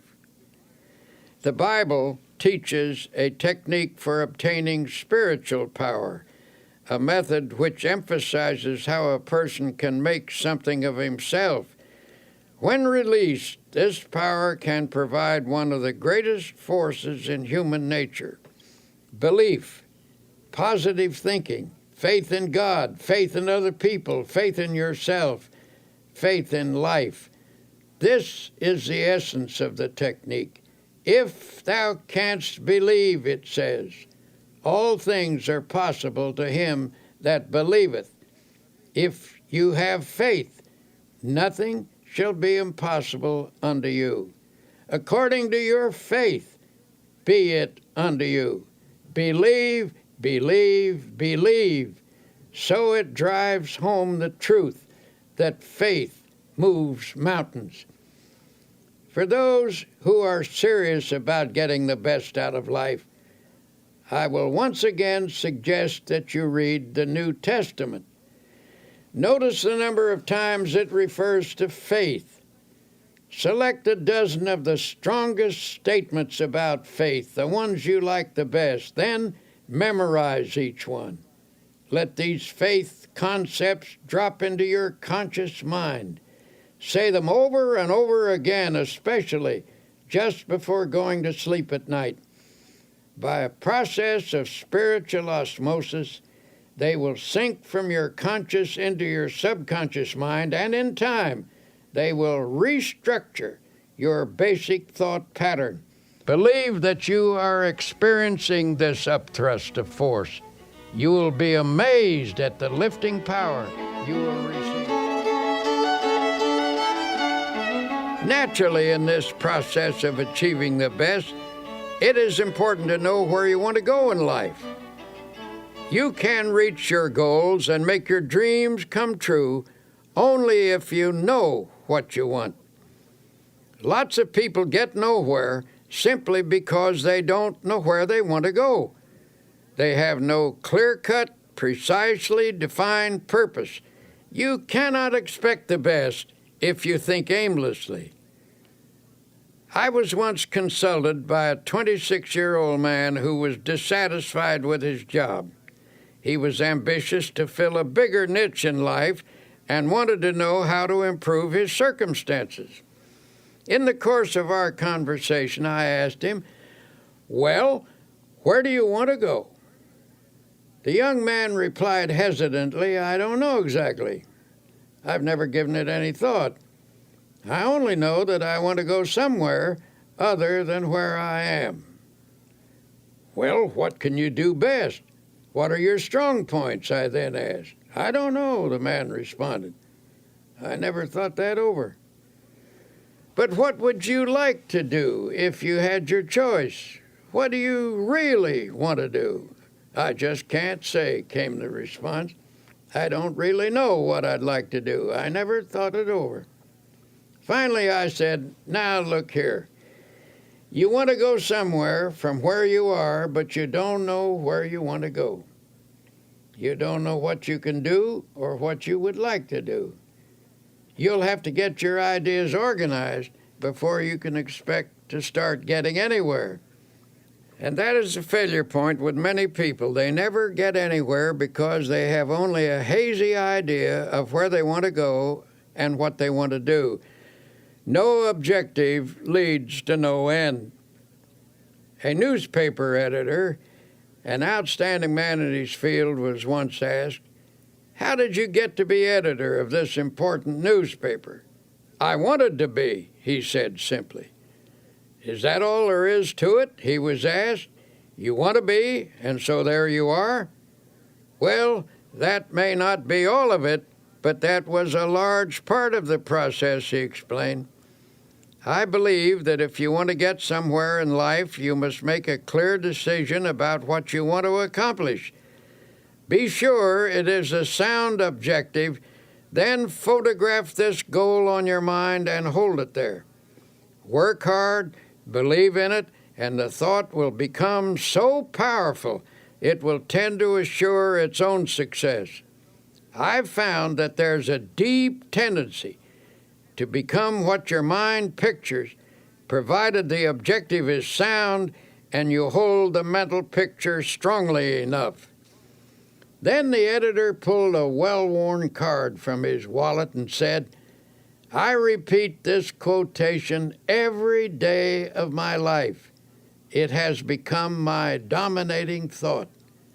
Here is what the card said: "A man who is self-reliant, positive, optimistic, and undertakes his work with the assurance of success magnetizes his condition. He draws to himself the creative powers of the universe."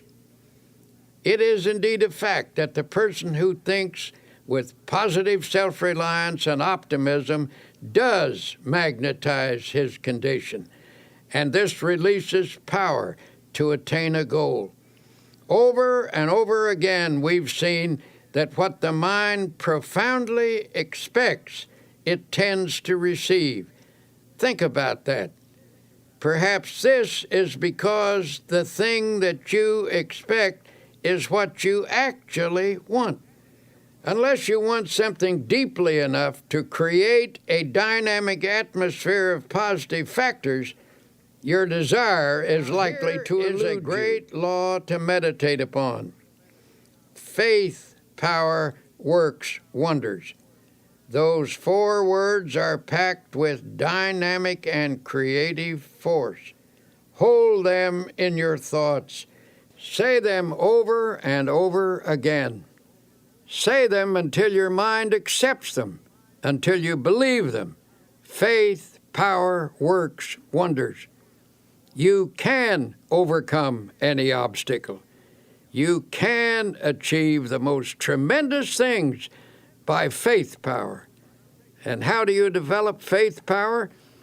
As I've said before, the answer is to saturate your mind with the great words of the Bible. Spend 1 hour a day reading the Bible and committing its great passages to memory. The change in you and in your experiences will be little short of miraculous. Just one section of the Bible will accomplish this for you. Chapter 11 of Mark contains one of the greatest formulas in the book. It's this: have faith in God. For verily I say unto you, that whosoever shall say unto this mountain, Be removed, and be thou cast into the sea, and shall not doubt in his heart, but shall believe that those things which he saith shall come to pass, he shall have whatsoever he saith. Now, why does this passage use the word heart? because it means that you are not to allow doubt into your subconscious, into the inner essence of you. And this doubt is not the kind of superficial doubt which normal, intelligent questioning raises. Rather, we are instructed to avoid the deep, fundamental doubt that obstructs the flow of faith. Another interesting thing to note about this passage is that we are told, "Ye shall say to this mountain." The reason great things don't happen to some people is because they aren't specific enough in their application of faith power. In other words, don't address your efforts to the entire mountain range of all your difficulties. Attack one problem at a time. Be specific. If there's something you want, what is the best way to go about getting it? In the first place, ask yourself, should I want it? Test the question very honestly in prayer to be sure you should want it and whether you should have it. If you can answer that question in the affirmative, then ask God for it and don't be backward in asking Him. And if God, having more insight, believes that you shouldn't have it, you needn't worry, He won't give it to you. But if it is a right thing, ask Him for it specifically. And when you ask, do not allow doubt in your mind. Were suggested to one man who perpetually expected the worst in all aspects of his life. He took a negative attitude toward every project or problem he faced and expressed a vigorous disbelief in these principles. In fact, he offered to conduct a test to prove them wrong. Since he was an honest man, he tried them faithfully and even kept a scorecard. After 6 months, he reported that 85% of his problems had turned out satisfactorily.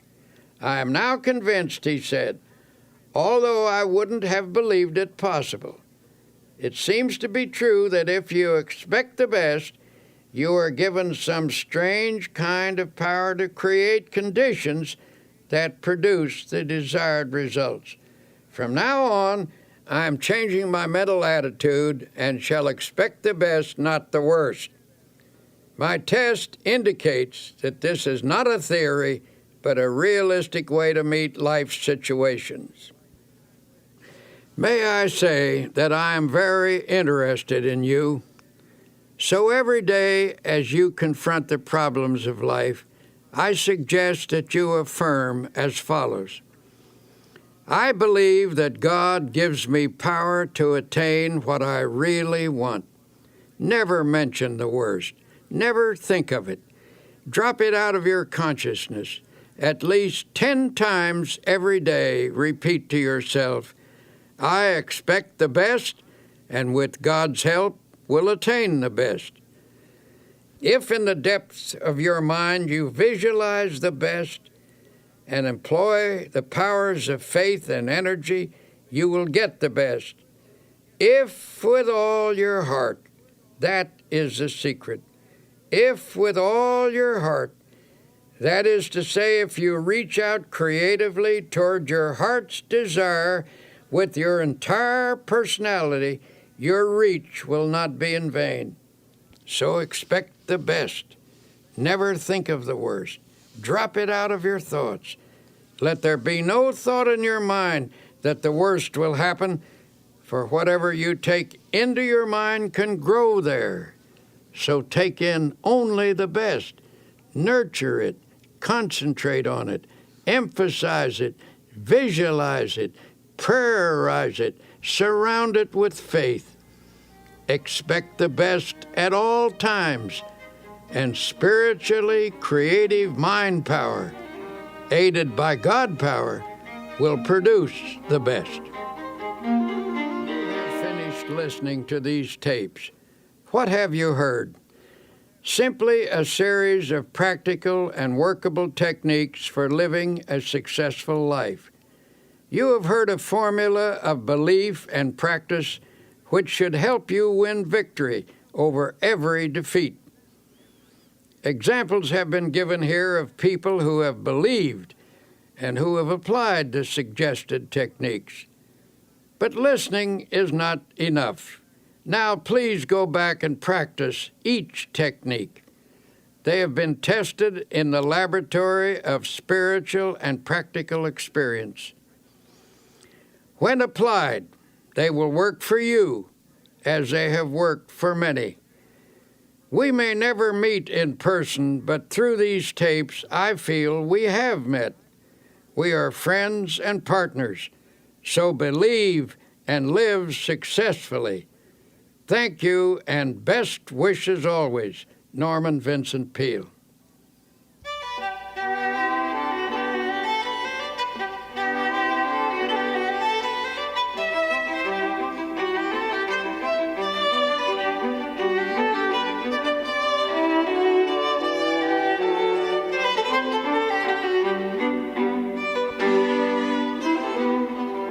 You've been listening to Dr. Norman Vincent Peale.